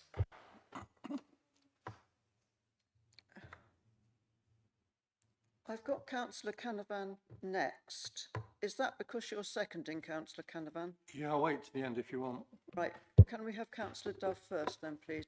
Yes, thank you. And just really raising that last point, if we're going to be so accurate, I think you'll find that the amount of reserves are exactly the same as when we took power in the administration as when you then took over in 2023. If you're going to portray falsehoods, then please can you provide that evidence in terms of how those reserves have diminished over the time that the Conservatives were in the administration, because I think you'll find that they have not. And I think you'll find also that the budget has been increased as capably advised by Councillor Broadhead this evening. And again, feel free to provide any evidence to the contrary, but I don't think you will do. Councillor Cox. Thank you. On that, can I refer the councillor to speak to the finance director, because he will say quite clearly that those reserves were spent during that time, and they were spent by your administration, which you were responsible for. Now, councillor. No, I don't think so. It's just a personal explanation. Okay. Personal explanation then, councillor Dunn. Yes, thank you. What I said was the amount of reserves were exactly the same as when the administration took over as to when you came in 2023. That is what I've said. There's a complete different understanding and misrepresentations to what you have just said. Right, can I ask that we stick now to the motion and councillor Canavan can come in? Well, it's interesting, I thought we were here to talk about libraries, not some kind of political dissertation on finances. But thank you, Councillor Martin, for your amendment. Thank you for the support across the room. I have absolutely no idea what Councillor Salmon was talking about, because my recollection is that my group opposed the last budget. I think that's a matter of record, and colleagues sat behind me worked exceedingly hard to ensure that the opening hours of the libraries, when they were cut as part of the last lot of savings, were adjusted to make sure we tried to keep a balance across the opening hours of libraries. But anyway, one of the things that I think is important about how we approach our libraries in the future is that we have a conversation about what it is we want. And the emerging library strategy is an opportunity for us to be able to do that. And I would welcome that before the library strategy reaches a point at which we're not being able to amend it. So I would welcome that conversation and welcome Councillor Martin's previous willingness to engage in that. The other thing is, I don't mind at all what sort of pressure we put on this government about money, what sort of representations we make, whether it's about libraries or whether it's about government funding more generally. But it's only a few days ago, if anybody watches this stuff, that Tom Hayes, the Member of Parliament for Bournemouth East, actually did raise libraries in Parliament and did actually ask for more government funding towards libraries. So it's not as though those representations are not being made, and it's not as though we won't continue to make them, because we will. But irrespective of that, I would want to emphasise that irrespective of any of that, if people think that we're not going to be able to, or we're not going to be pushing to prioritise libraries at this level, then they're very much mistaken, because we will be doing exactly that. Councillor Cooper, can I ask you to sum up, please? What? Oh. Chair, I believe I can speak under 14.18 personal explanation, as Patrick directly commented on my earlier speech. I feel I must clarify, as he clearly didn't understand what I said. Am I able to speak? This is another personal explanation, is it? Thank you, It is a Councillor personal explanation when it's 14.8. Well, 14.18. So to be clear, Patrick, your entire Labour group did not simply vote against the budget proposed by the administration. You voted against the budget. Oh, sorry. I believe I am able to speak as personal explanation, or am I just ranting? Do it through the chair. Oh, sorry. Through the chair. So a point of personal explanation needs to be limited to correcting a misinterpretation of something you've previously said, and therefore the councillor should be referring to something that he said which has been misinterpreted, not referring to what somebody else said that may be interpreted differently. So I think that probably fits within the definition. I tell you what, it is late at night. I just hate the hypocrisy of not having an alternative to the budget and then saying you had different ideas. Nobody in this chamber had a decent idea to keep the library hours open without getting more money. And I think it is dishonest of us to pretend otherwise. Let's go to Councillor Cooper. Councillor Farquhar, you were raising your hand, but unless it's another personal explanation, I don't think we can... Thank you, Chair. I just want to take the opportunity to thank the Chief Executive to point out that point of explanation must go through the Chair and not directly to a member. And when it is a point of explanation, then it should relate directly to what was said, not expand on what was said previously. Thank you, Councillor Farquhar. Councillor Cooper, please. Okay, right, I'll sum up very quickly.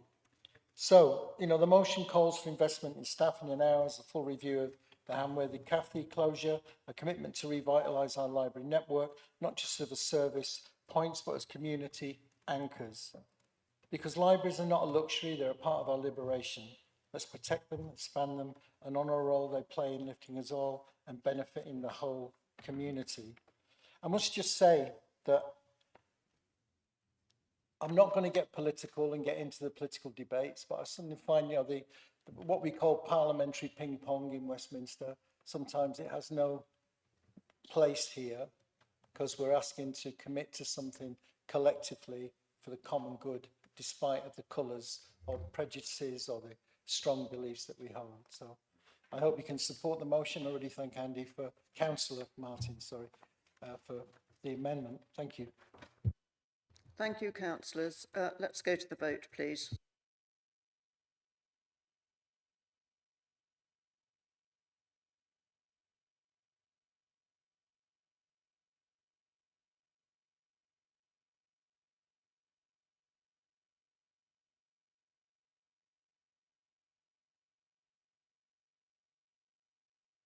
Yes, that's carried. Thank you. Members, I'm not sure if you realise that it's 11:30, and I'm going to ask, and you don't have to say yes, obviously, but I'm going to ask that all the people that put questions consent to have written answers at this point, which will be, they will be in the minutes. It was Councillor Cooper, Dower, Rigby, Canavan and Cooper again. Would you consent, because it's so late and we're all our batteries are running down, even our machines, would you consent to a written answer at this point? Okay, thank you very much. So that we've done agenda item 15. Moving on swiftly, item 15, urgent decisions by the Chief Executive. Have you got any? Thank you, Chairman. I have no urgent decisions to report, but I just did want to pay very brief tribute to the work that Richard and his support team have done. This system was only demonstrated to us on Friday afternoon. We've got through a council meeting. Some of the results have been interesting. Some of the percentage calculations have been based on the total number of councillors, not just the number we're here, so we'll correct that. We're clearly learning. But I think after a huge amount of effort, I think it's gone better than we might have expected. So I'd like to thank Richard for the work that he's done on that. We didn't have a named vote, but you can see from the first vote how a named vote would work. And could I just remind all councillors to please leave your white cards behind on your desk so that we have them, we can make sure you've got them for the next meeting. There is a danger if you take them away, you may not bring them to the next meeting. Thank you. Thank you, members. Good night. Maybe click